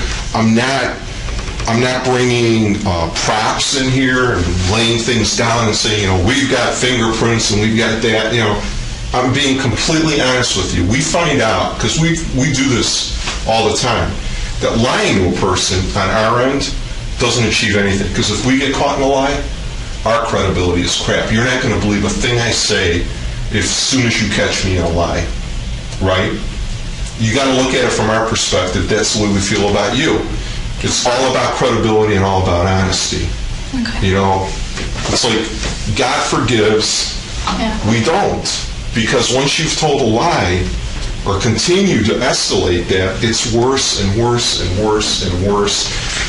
And then at some point, when this all comes to fruition, and it will, it's either going to be through you, if it's through somebody else, and it will, by day's end, it will be, it would preferably be you who tells us exactly what happened and put yourself in a positive light. Don't let somebody else railroad you down the river, or don't let these exigent facts paint you into a corner. We believe that something happened. We just want to, you know, the problem with child victims is their children. They can't tell us. Because they can't speak. They can't. And now in this case, forever. Okay? But then we have to rely on everything else. We have to rely on science. That talks to us. Okay? But that only gives us a portion of the fact and the truth. Science can't tell us human emotion. Science can't tell us luck or probability or chances or bad luck or accidents. Science can't tell us all that to exact details. Only the person who is involved in that can tell us that. And that's why we're really sitting here frustrated a little bit, because I hope you understand, we're trying to give you every single opportunity there is. Every single opportunity there is to talk to us and clear the air on this thing and just put it to rest. So we can get on the phone, we can call our bosses in Lincolnshire and say, okay, Melissa's been straightforward with us. This is exactly what happened. Here's the timeline. We are convinced that this is what happened during this timeline, and we're done here. That's all we're asking. You know, if there was an injury that occurred, and by the time your sister, who, I'm telling you, in good faith, ran in there and tried to give CPR, bad people don't do that. They don't care. They walk away, they run away from that. They don't want anything to do with that, right? Bad people don't have a conscience. You know what I mean? The word sociopath or psychopath, it's one and the same. Those are people who have no emotions. They operate physically and mentally every day like normal people. You couldn't tell them, but inside they're dead. They have no feelings at all. You could not get away with that working in that environment. That's not you. You've got emotions. I saw your emotions here. You got upset. You have a conscience, right? You can express love. You can express hate. I'm sure you've got a love relationship with your boyfriend, your family. You probably love your sister. I think she got really worried and concerned about you leaving today. She loves you, okay? You have a lot of people supporting you, and you have a whole life ahead of you. How old are you, 21? 22. 22. Do you need to carry a burden like this for the next 60 years or whatever? Nobody does. And you know what? It's this type of thing that eats you up, and it's this type of thing that no matter what haunts your reputation, because there's always a question mark. There's always that question mark hanging over you. You know, we experience it in our line of work. If somebody accuses us of taking a bribe, even though I know I didn't do it, it's the fact that it's out there. You know, and you want to shout it at the world and say, look, here are the facts. This isn't what happened. I want to be clear that I want to talk to you. I want to talk to the investigators. I'm sure Sean, and again, I don't know if he's been involved in internal investigations where they accuse you as a police officer of doing anything from stealing to inappropriate behavior with, a person, use of force, whatever. It's not a good feeling. It's completely contrary to what we are as people. This has got to not be a good feeling for you because it's got to be completely contrary to who you are and what you're all about. By even working in this place, it says a lot for your personal character that you're a caregiver. You're a caregiver. You're not a violent person. You're a caregiver. You take care of these children. Yeah, is it going to be a perfect world every day you go in? No, they're kids. They aggravate the hell out of their own parents. He'll tell you. I'll tell you. I've got teenagers. It doesn't get any easier. You could be a caregiver for teenagers, and believe me, you think you get aggravated now. Well, you're not too far removed from that to remember how you probably were with your parents. You thought you knew it all, right? Yeah. Okay. I'm going to tell you, being the senior citizen in this room, you don't know it all, and you don't want to carry a heavy burden on you. Yeah. You don't. You don't want the perception of people thinking that you're manipulative and you're a liar and you have no credibility. And I know you're not. I just think you're worried. I just think you're really deep down inside worried and you're scared. You are. You cannot be scared. You can't be. You're scared. I would be too. You were probably, if you weren't laying awake or rolling around or just thinking about this whole thing for the last couple of days, you're not human. If you went home and you went right to sleep and got up and felt like nothing has happened, you're not human. But I know that's not you. It's got to be bothering you. So when I ask you if you talk to other people on it, it's not because I'm trying to catch you in a lie or whatever. It's because I know you have to express it somehow. Some people have different ways of doing it. Some people internalize. If I get mad at somebody, I don't talk to them. They just know. They can feel it off of me. Other people, they externalize. They go off on you. They really tell you how it is. It all depends on how you handle it. But an incident like this, you're desensitizing yourself a little bit now because you're almost thinking in your mind, God, this really didn't happen. This is not happening. You know what? It's like waking up, and I don't know if you drink or whatever, but it's like waking up from a 4-day drunk at some point. It just hits you like a ton. Oh my God. And then for you to come back to us in 3-4 days, whatever, it's just not going to work because at that point now, we're not going to believe anything that you say. That's why we're asking, that's why we went there this morning. That's why we got you this morning. We took everybody. We want to clear the air, and we want to know now because now it's credible. In a few days, it's not going to be credible. Okay. I To be honest, I have yelled, like said not nice, but he was sitting up and he just like drops. And like I heard him hit his head. Where? On the carpet, though. But On the carpet or on the cement. tile? On the carpet. Was that Wednesday?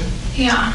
Okay. A couple of times he's done that when we say no, not nice, and he will get upset. Like he was sitting straight up and he would fall.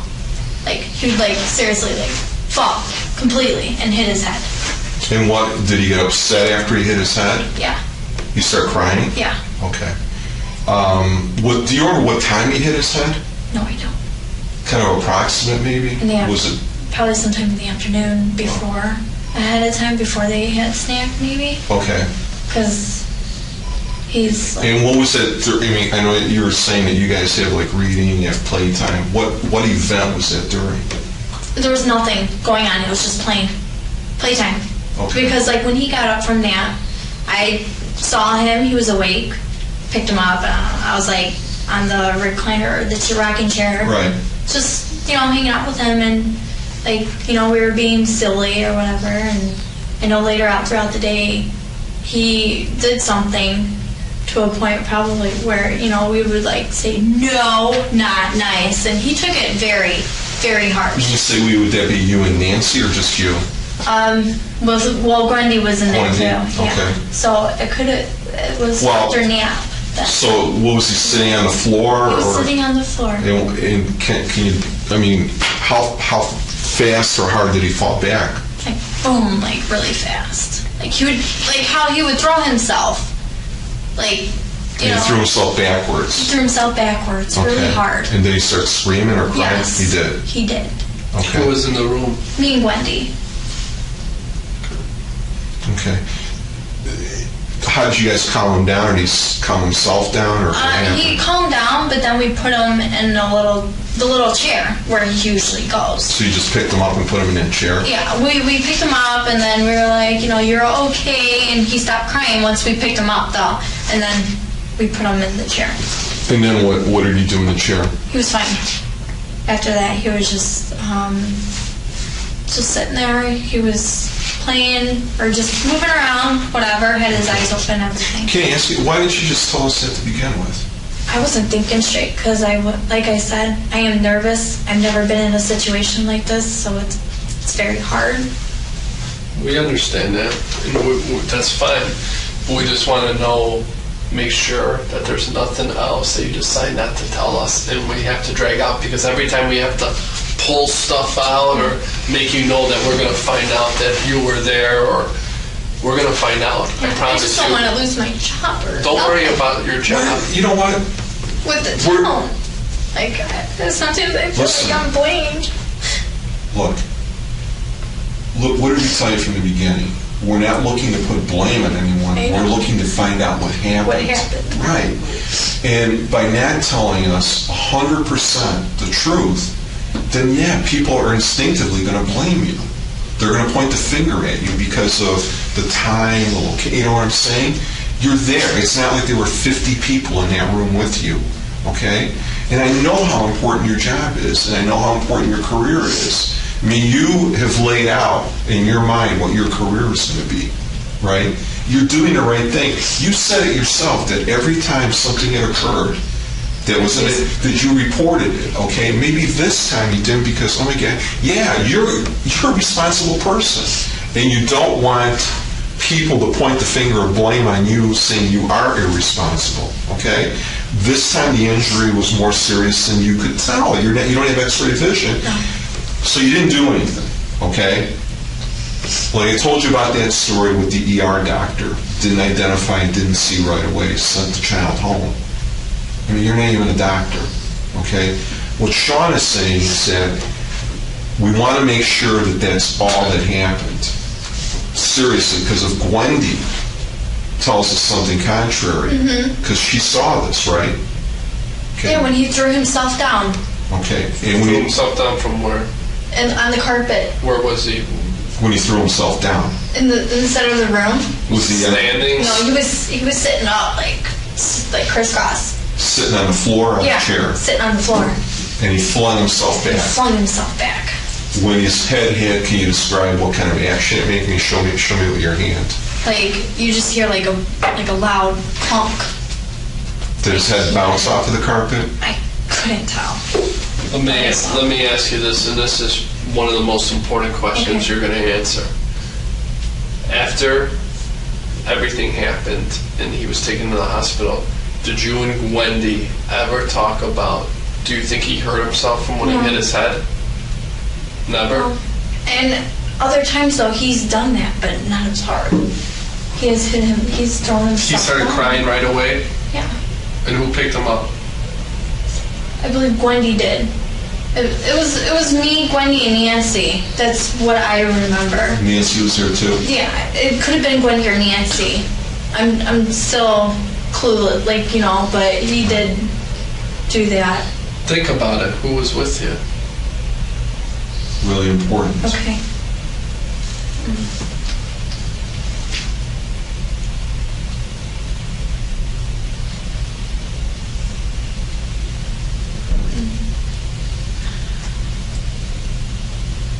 I'm gonna say Wendy And did Gwendy pick him up? and put him in his chair. Okay. And did Gwendy say anything to you after she picked him up and put him in his chair? Okay. Did you think he had hit his head hard enough to cause some kind of serious injury?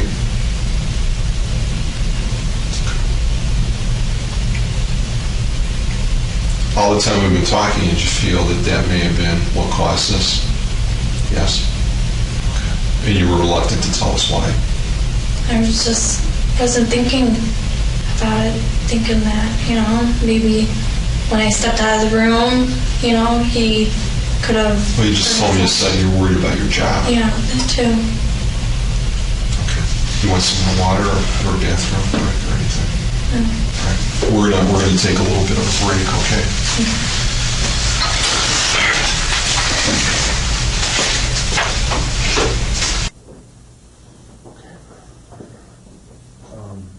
Let me tell you here. It's what we did here. We got a team. One of our teams is with a physician who specializes, you know, in these types of injuries. He can look at the parameters of an injury, and based on the autopsy, you know, that was performed yesterday. Do you know how an autopsy works? They search and find. They do like an examination or try They, to find out. you know, without getting into graphic details, they basically dissect the body, okay, and they look at every aspect of the body, from bruising. They photograph, they look at bruising, they run blood toxicology for drugs. When it comes to cranial injury, a head, they'll of course look at the skull. They look at the size of the brain, they measure it, they weigh it. Have you ever seen photographs of what something looks like, you know, underneath flesh where it's bruised or there's a clot? Yeah. Okay, it's very prominent. Okay. The entire process is very, very exact. They've been doing it for years. Okay, and I'm not going to go into forensics 101 with you with an autopsy, but they're able to tell down to the minute detail the extent of the injury, what could cause it, what couldn't cause it. The brain sits in a liquid mass. Okay, so when a person gets a concussion, you've heard that term. What happens is the brain swells and there's fluid around the brain, and it expands, and that's why it makes your head really ache. Okay, literally it swells. When the brain is also injured, it can bleed, and in an autopsy, the blood forms at the point of injury, and you can tell based on the bone, the damage, because a skull fracture literally means this bone here is broken. Broken? Yes. Okay. Okay? And it's not that easy, especially in an infant or a younger child, to break bone with mild impact because the bone is soft. Okay. Okay? So it's very flexible. In fact, the skull hasn't formed, so there's cracks Okay. where it floats and it moves, okay? When you hit something, Mm-hmm. you know, in your little physics lesson, there's a cause and an action, okay? Yeah. So, like if you're sitting in a car and you get rear-ended, what happens? Your body flings forward? And it goes back. Correct. It's the same thing the head does in the brain. Okay? When you're hit back a certain way, the head flings forward. Okay? And what does that do? It shifts. And that'll cause bruising on the brain. Point of impact, where the brain gets hit, you know, is really going to be prominent. Okay. And again, I'm in the blow shop, you know, we examine photographs, and so is the doctor, you know, and they've been at the autopsy. And it's obvious that, yeah, there's an injury to the back of the head, okay, which is consistent with kind of what you said. However, two things that are inconsistent. Okay. The extent of the injury, under no circumstances, can be caused by that minor of an event, Okay. falling backwards. Falling backwards. Okay. Secondly, the front of the brain is also slightly bruised, Okay. so there's a whiplash effect. Okay. Thirdly, I made a comment to you, I don't know, somewhere earlier today, where I described the fall or the injury being like somebody being dropped from the second floor Yeah. of a building. That's still the extent of the injury with a second independent opinion from an expert. Okay. Okay. So here's what Sean had In to addition, Wendy doesn't recall him falling down and hitting his head. Okay. You were saying that she wouldn't pick him up. Yeah. She doesn't recall it at all. She doesn't recall. Not that she doesn't recall, she says it didn't happen. Okay. This one it happened. Okay. Or it could have happened maybe You know, earlier. look, here's what we still believe that. You're right on the cusp of really telling us what happened here. But you're reluctant because you're still scared, you're still worried. And again, please, I know you are. Don't take us as being amateurs at this. We've done it. And we know, you know, we're always careful when we talk to people because we don't want people facilitating stories just to make us happy. It's not. It really isn't. You know, I mean, we've done this numerous times. That people have told us their most uncomfortable secrets, and they've confided in us. And we know the difference between somebody telling us something. It's almost like a child. You know, if you interview a child, you got to really be careful because they're so impressionable. They'll tell you what you want to hear. Adults sometimes are almost in the same way because I know you want to do the right thing, and I know in your mind you're a smart person. You're still trying to just kind of figure out what's a plausible explanation here. But I just want to keep emphasizing to you that when you tell us something, we can, because of the situation and because of the medical processes involved and the science involved, we can walk out of here and confirm it or tell you, no, that's not what happened. You know, remember when I told you that every time you do that, it takes a little bit of your credibility away. Okay? Other fact is that, you know, Gwen, okay. It says flat out that it didn't happen. Okay. You're painting yourself in a little bit of a guilty corner here for some reason. Please let me finish. Because you got that far and you told us, yes, something happened. And I'm going to tell you that we do still believe that something happened. But we do believe that the event occurred, again, I'm going to tell you, not intentionally, but out of frustration, out of disappointment, out of something that caused it. Okay? And those are all viable excuses. Okay? Mm-hmm. It's not, premeditation. You've heard that term. You didn't come to work that day with the intent of hurting anybody. You didn't. No, I didn't. Okay. I know that.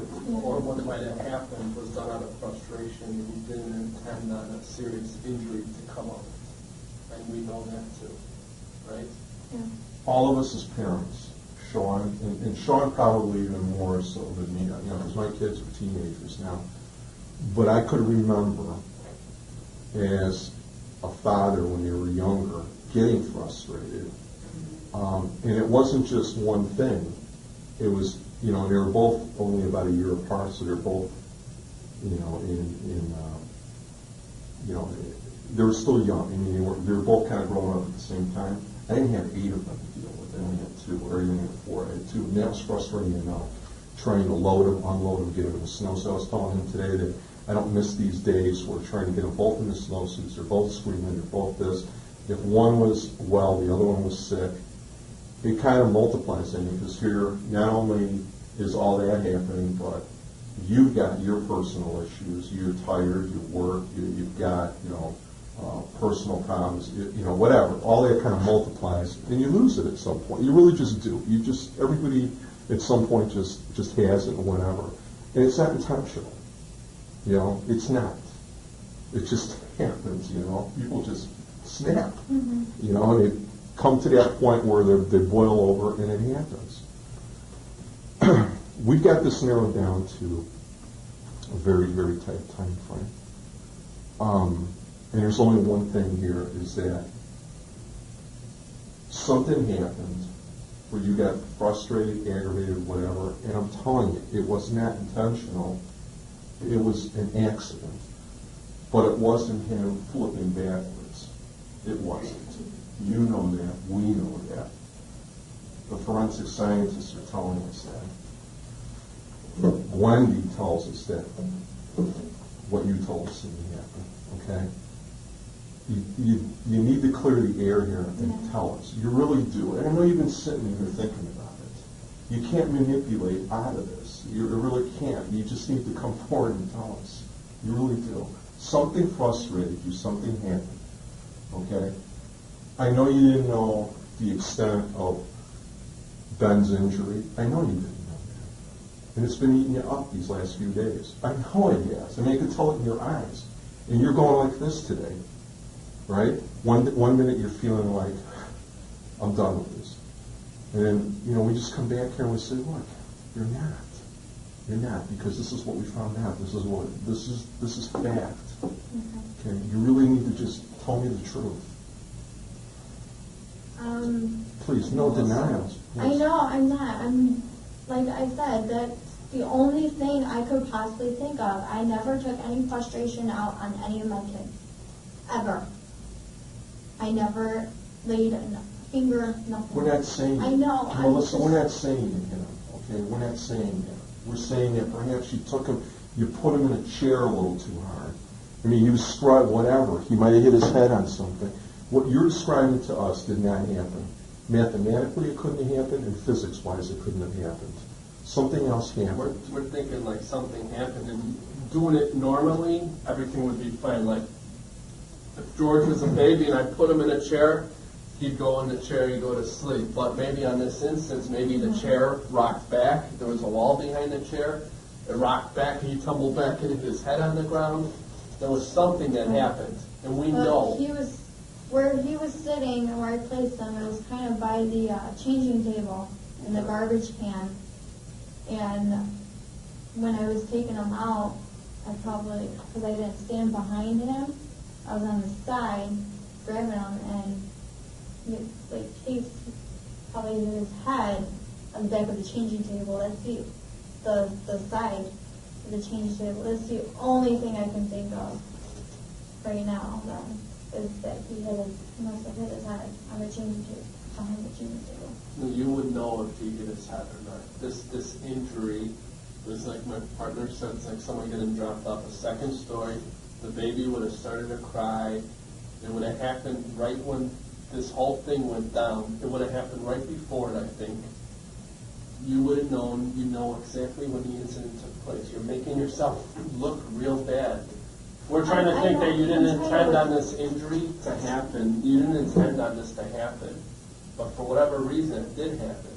Okay? We need to know, and we need you to tell us, and you need to be honest to help yourself out here. You should be honest with us. What are you most afraid of? Just tell me about this whole situation. That Be honest. that it could be my fault. Okay. I just don't know how. Okay, it but could what are be you my most fault. afraid of if it is your fault? Everyone won't talk to me. Who? Their coworkers. Co-workers?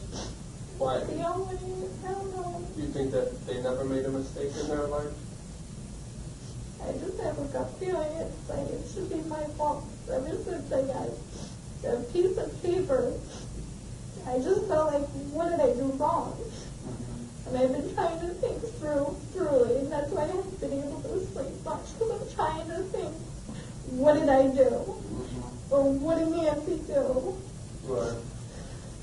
What are you most afraid of if you did something? That your coworkers won't talk to you?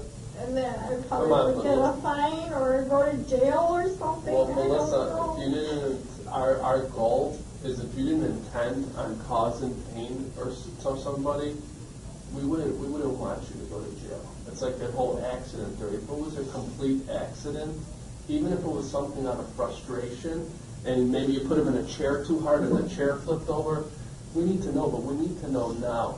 You're worried about your co-workers? Give me a fucking break. This kid's dead. Fuck your co-workers, okay? I mean... And your family's always going to be there for you. Always. They're not going to think anything less of you because they know you as an individual. They know you as a person. Who the fuck, you know, if these guys, how about this? If they're thinking, if you don't clarify this, then what the fuck do you think your coworkers are going to be thinking this whole time anyways? But if you bring this out, we know. There's no doubt about it. It was an accident. And tell me that they've never erred in judgment. Come on. That should be the last thing that you're worried Absolutely. about. That's the last thing you should worry about. Everything else, like I said, if stuff was an accident or you didn't intend for Ben to get hurt severely, we don't think you did. We thought maybe you got frustrated. Maybe something happened, you dropped. We don't know exactly what, but we know it happened within minutes from the time he went unresponsive, and we know you were the only one in the room, and we know it's something he can't cause by himself. So, Melissa, when this is all said and done, we have to clear this with the state's attorney to say what our opinion is and what happened here, and they're going to ask us, well, is this a person who's sorry for what they did? Is this a person who was cooperative with you? All this stuff's going to come into effect, and we're going to be able to say at the end of this, Melissa was very cooperative with us. She talked to us and she told us the truth.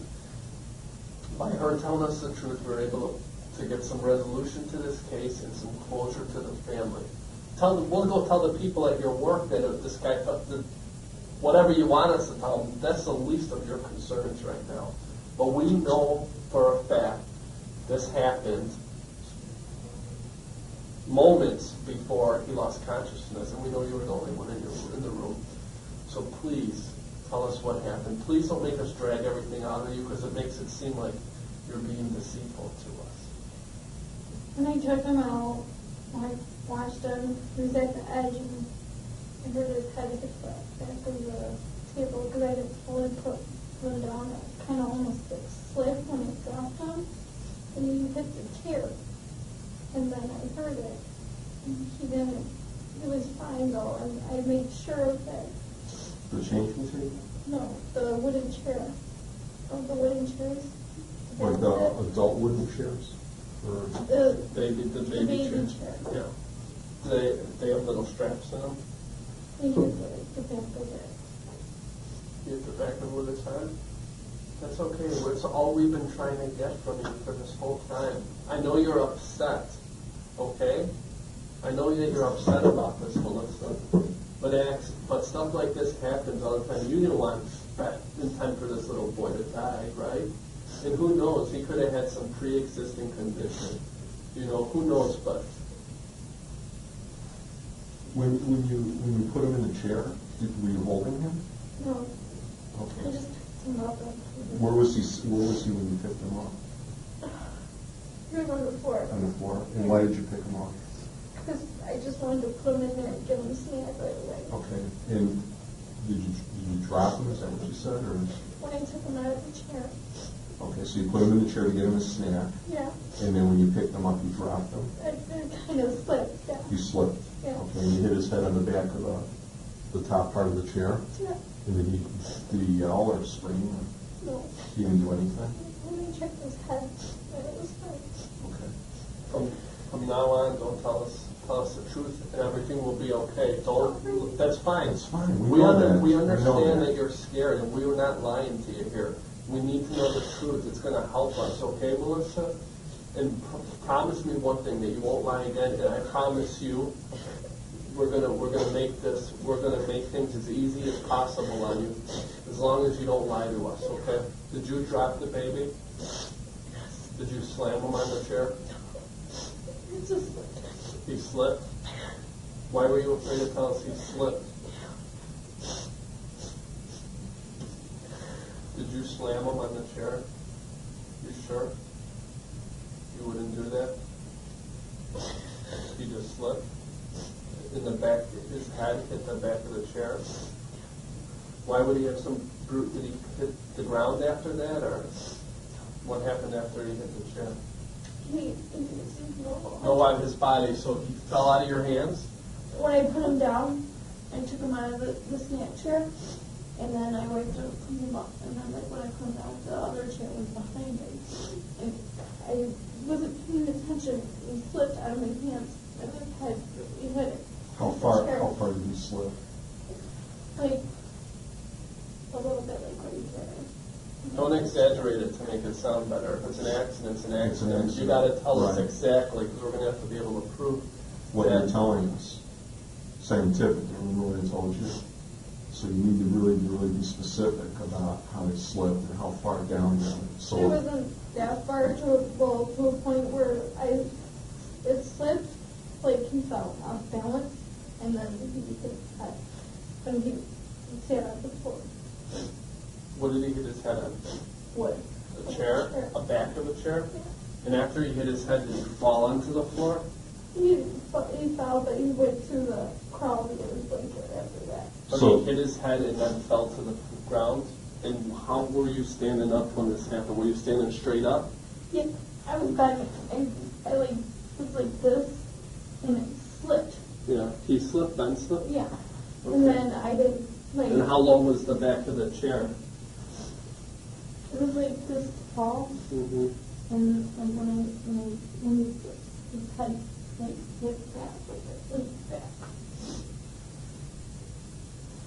if I show you a picture of the chair, would you recognize it? The wooden table. The one, or the wooden table that he hit his head on? He hit his head on a wooden Table or a Or chair? the chair. Which one was it? The chair. Did you, hang on. Did you change him prior to that? No, You didn't?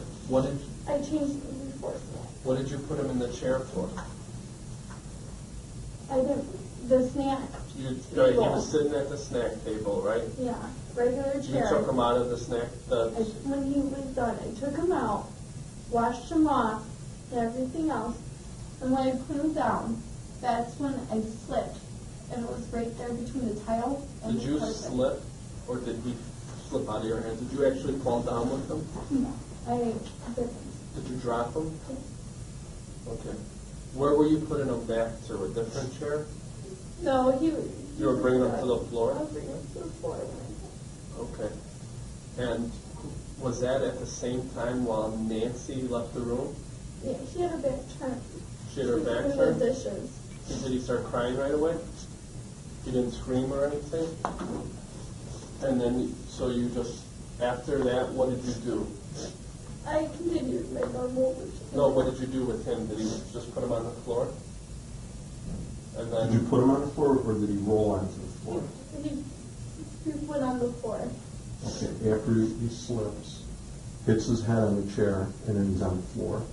And he started crawling Where did he crawl to? to the other chair recliner to get his blanket and then to the spot. And then, after he got there, how long after that did you notice he was starting to kind of look sleepy? Like 10 minutes later.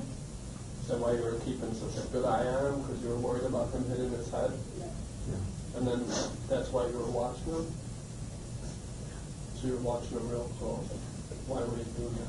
Because I didn't know if it's because that he didn't show any signs. And what was the first thing you noticed? That he wasn't responding, like he just looked really pale.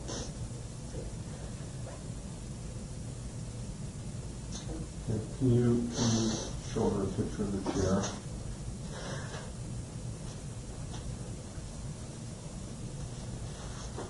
You got colors? Is there any color ones? Here, let me look at one.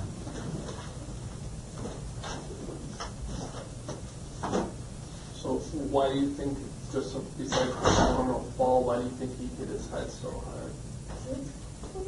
But besides for that, because you lost balance? He did. You did? Was he like flailing in your arms or anything? No?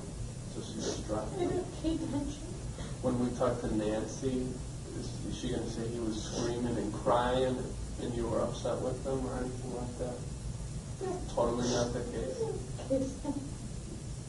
And she had her back turned. She was doing dishes when this And a happened. couple of minutes later is when she left the room. Did you tell anybody that you dropped him at all? Your sister or your boyfriend? No. Why not? You're afraid. All right, sweetheart. Let me find chairs.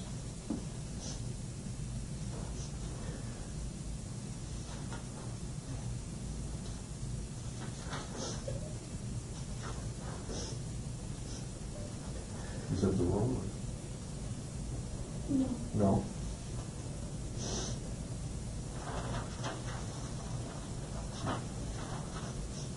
Is this the room or this one?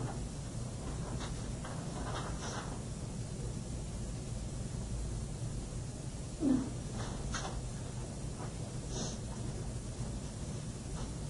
No. No? That's okay. All right. We'll get it worked out. Yeah. So Nancy's not going to say the last she heard of him, he was screaming and crying while she was washing dishes. He didn't do anything to frustrate you? Was this something out of frustration? Huh? No?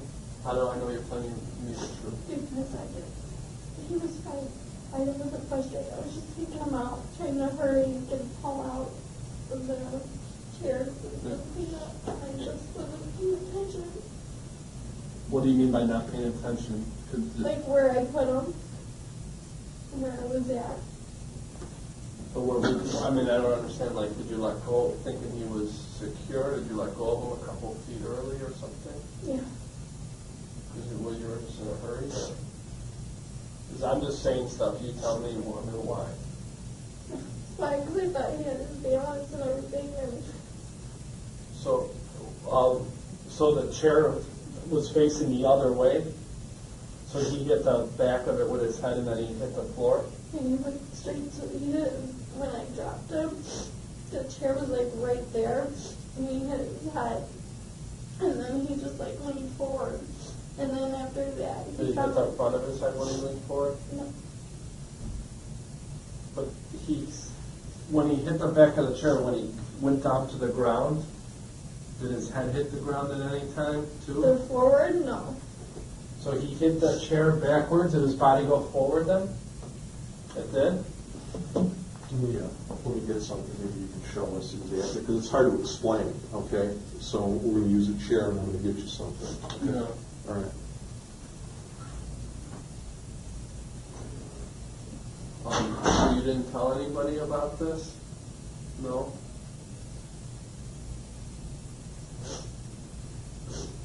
If you didn't mean for it to happen, It didn't. it's okay, okay? People make mistakes all the time. Just show us how, and we'll use this as a chair. So what were you doing?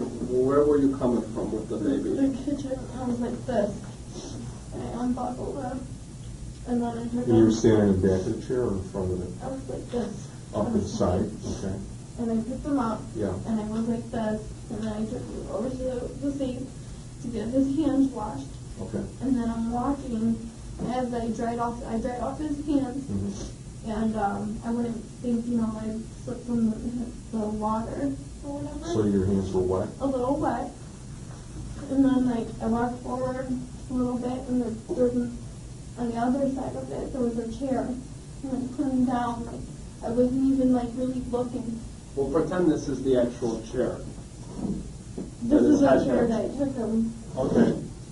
Okay. And then when I put him down, his head went plonk. No, well, show us. Pretend this is like a foot off the ground. Well, when I put him down, I wasn't paying attention. I was like this, and then his head went plonk really hard because I dropped him. I lost balance, and I just went like that, and then that seems to be lost balance because it was on between the tile and the floor. So he hit his head on the chair, and then he lost balance, and what, flipped out of the chair? When I dropped him, Right. his head hit the back of the chair and dropped him because it was so I thought he was going to stand. Mm-hmm. And because he had almost the formation of standing up. And then when I dropped him, he went like this. Mm-hmm.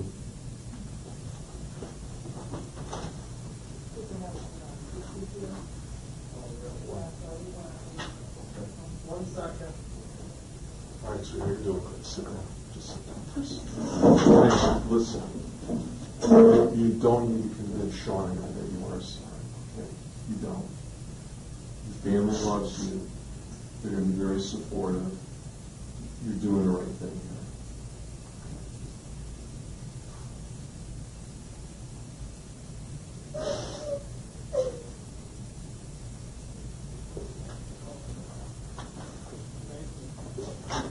Okay. Yeah. Okay. All right, sweetie. I want to see this though. Again, I'm still Yeah. having some difficulty. I'm sorry. I know this is hard, but I gotta understand this fully. Show me exactly and describe everything because I need to get this through my head. Okay. He was sitting. Okay. This is a chair. That's the chair he was in. Okay. I'm standing on the side. I unbuckled him. And then I picked him up. I didn't even have him facing me. I took him to the sink, wiped off his hands because he was full of graham crackers or animal crackers. And then after that, I was holding him like that. And then after when I was done, I wasn't even having my eye on him when I dropped him. I went like this, and then he was like this, and then his feet were kind of like this, starting to stand. So I thought he was going to stand. And this is on another chair? No, it was on the floor. On the floor, okay. And then he lost his balance when I dropped him because I thought he had Okay. it, and his head hit back. So, let's say this is the floor. Yeah. We'll say this is lower. Okay, look at this bar down here. Okay? Mhm. So he slips and he falls back and he hits his head on the chair like that? Is that it? And then what happens to his body? And then he just Show us with the. Show us what. So here, this is the chair. He hits his head on the edge of the chair. Yeah. Right? Slips and hits it. Okay. And then he leans forward, Uh-huh. and then after that he sits back up, and then he walks toward. He's crawling on hands and knees to get his blanket, and that was it. Right next to his spot. He didn't fall again? No. So you put him down on the ground, Yeah. and you thought. So He you, had his balance. did you drop him before his feet hit the ground? No. Very important. Tell us that. Did you? Yeah. Did No. No. It was like tiptoe. he tiptoe? Yeah. So his head fell back like that. He hit the. Did he go forward then like that at all? He did. He caught himself because that doesn't seem like enough force to cause this. That's what happened. He hit his head, and I checked. How hard did he hit his head? I heard it like that. Did the chair move at all? No. Okay.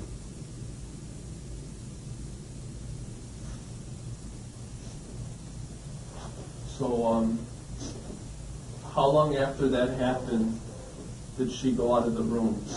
It was like a minute later. And she didn't hear nothing because she had her back towards the room. She had her back towards, she wasn't facing it. She was doing the dishes. So it was like, I wasn't even paying attention when I dropped him. Because I had to get all the other kids out. But you thought he was on his feet and you let go of him? Or did you drop him before his feet hit the ground? Did you think he was on the ground? Yeah. So his feet weren't on the ground? No? It's okay. But you got to tell us this. How high off the ground do you think he was? This is all going to make sense. Like this much. Don't exaggerate stuff to think that it's going to make your story better, because it'll make it worse. Tell me exactly. It wasn't that much off. So you thought he was on the ground and you let go? Is that what happened? And he fell like that and hit the back of his head. Because he was like leaning, he wasn't like leaning forward. He was sitting up, like he was like up like this, like straight up. And like when he fell back, I heard him hit his head. I did, and then he just like went, like he like swung a little bit forward onto the floor, and then he was like that, and sat back up, and then he just crawled to his blanket, and that was it. And then when he got to his blanket, you were still keeping an eye on him. Yeah. And what happened? He crawled to the chair, to his spot, and I was like keeping an eye on him, and then his sister and another kid went by him, and he was crying. They were cleaning everything, and then all of a sudden, like a second later, you just see him stiff and pale, and I called him, and no response, so I went to him, and I told him, I was like, Ben, he didn't wake up or anything. I shook his arm, like I said, and then I went to get the phone, and Crystal heard me, and that's when she came in, and I still was on the phone, saying that I need help, and then Crystal said, Beth, I need you in here, like, right away. And you didn't tell Crystal what really happened? No. Because we got two guys we don't want to find out that she knows all about this Yeah. and that you lied to us. You didn't tell anybody. You just talked to your boyfriend about it. No, he's not. You didn't tell anybody. I didn't tell They're not in anybody. trouble if you I did. know. It'll actually give us some, Yeah, no, I didn't. witnesses to your story. Yeah, no, I kept it to myself. So we're not going to find out that this wasn't, your story is impossible. Is this the truth? It is. It is? So he wasn't quite on the ground. No. You thought he was? You let go? Did he hit the back of his ankles and fall back, or did his back just start falling back right No, away? he hit the back of his ankle.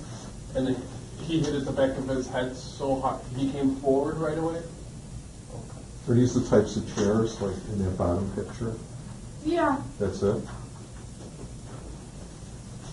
It was this, What did he hit it on, the armrest or the back part? the back part of this chair, because it was, kids, they know how to push out, and it wasn't the edge. Because, like, here was the chair, right around here, and the chair was pushed out, and it was moved from the kids, and that's when he hit it.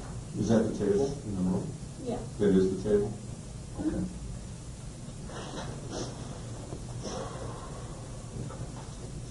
Can you just do me a favor and circle the table and the chair and just put your initials next to it?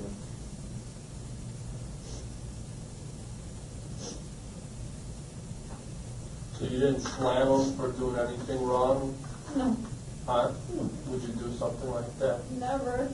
Never? Never. So this was clear that you just weren't paying attention, you thought he was on the ground? I just want to make sure, because, there's been a couple of stories, I want to make sure this is your final one. That's why I was asking you if you told anybody. Okay. Give us a minute, okay? Everything's going to be all right in the future. You're going to be happy that you got this off your chest, okay? Give us a second.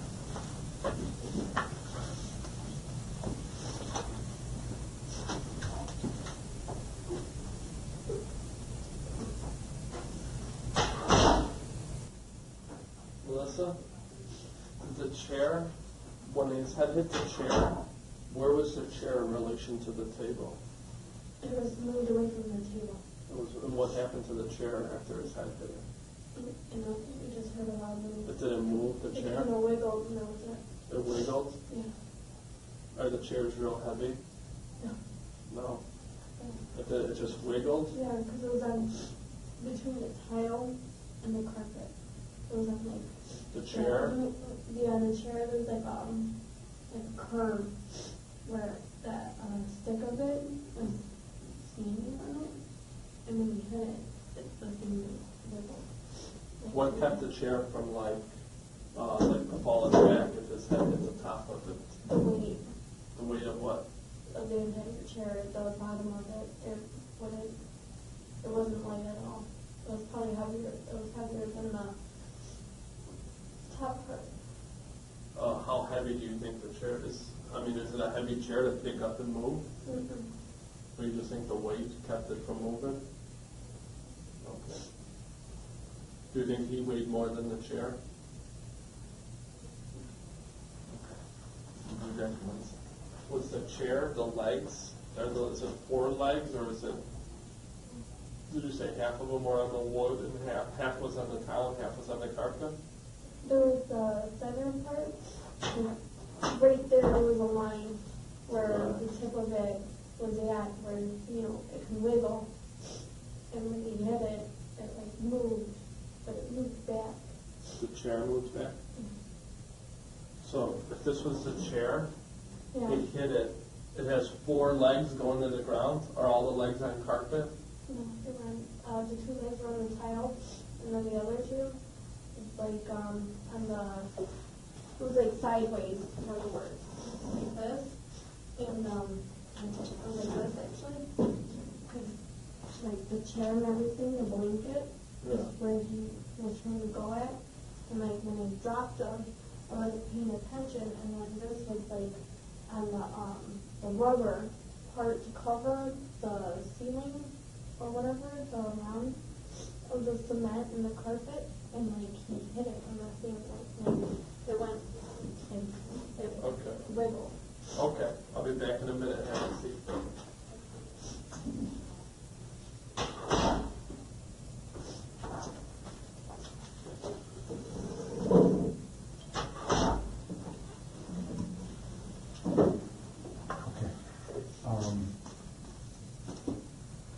We talked to the doctor, the pathologist is here, does the autopsies and does all the measurements, and we've got a couple of concerns about how far Ben fell and the chair, whether it was stationary, meaning solid.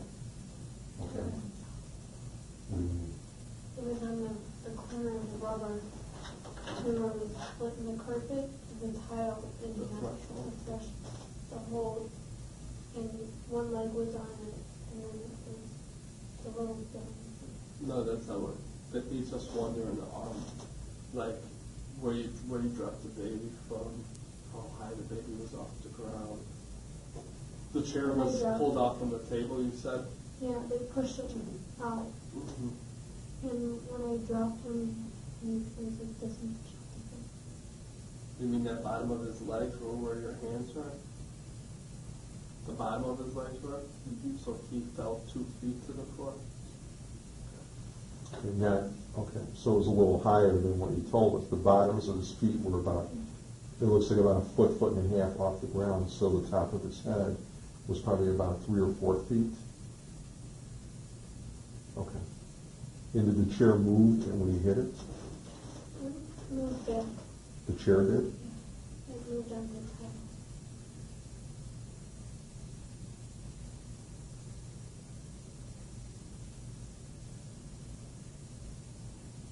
Okay. What they're gonna do is they're gonna bring that chair over here, and then the doctor, either over here, or they're gonna bring the chair to the doctor, and he's gonna make sure that this is possible, because they can tell exactly if that's what caused the injury. But we wanna make sure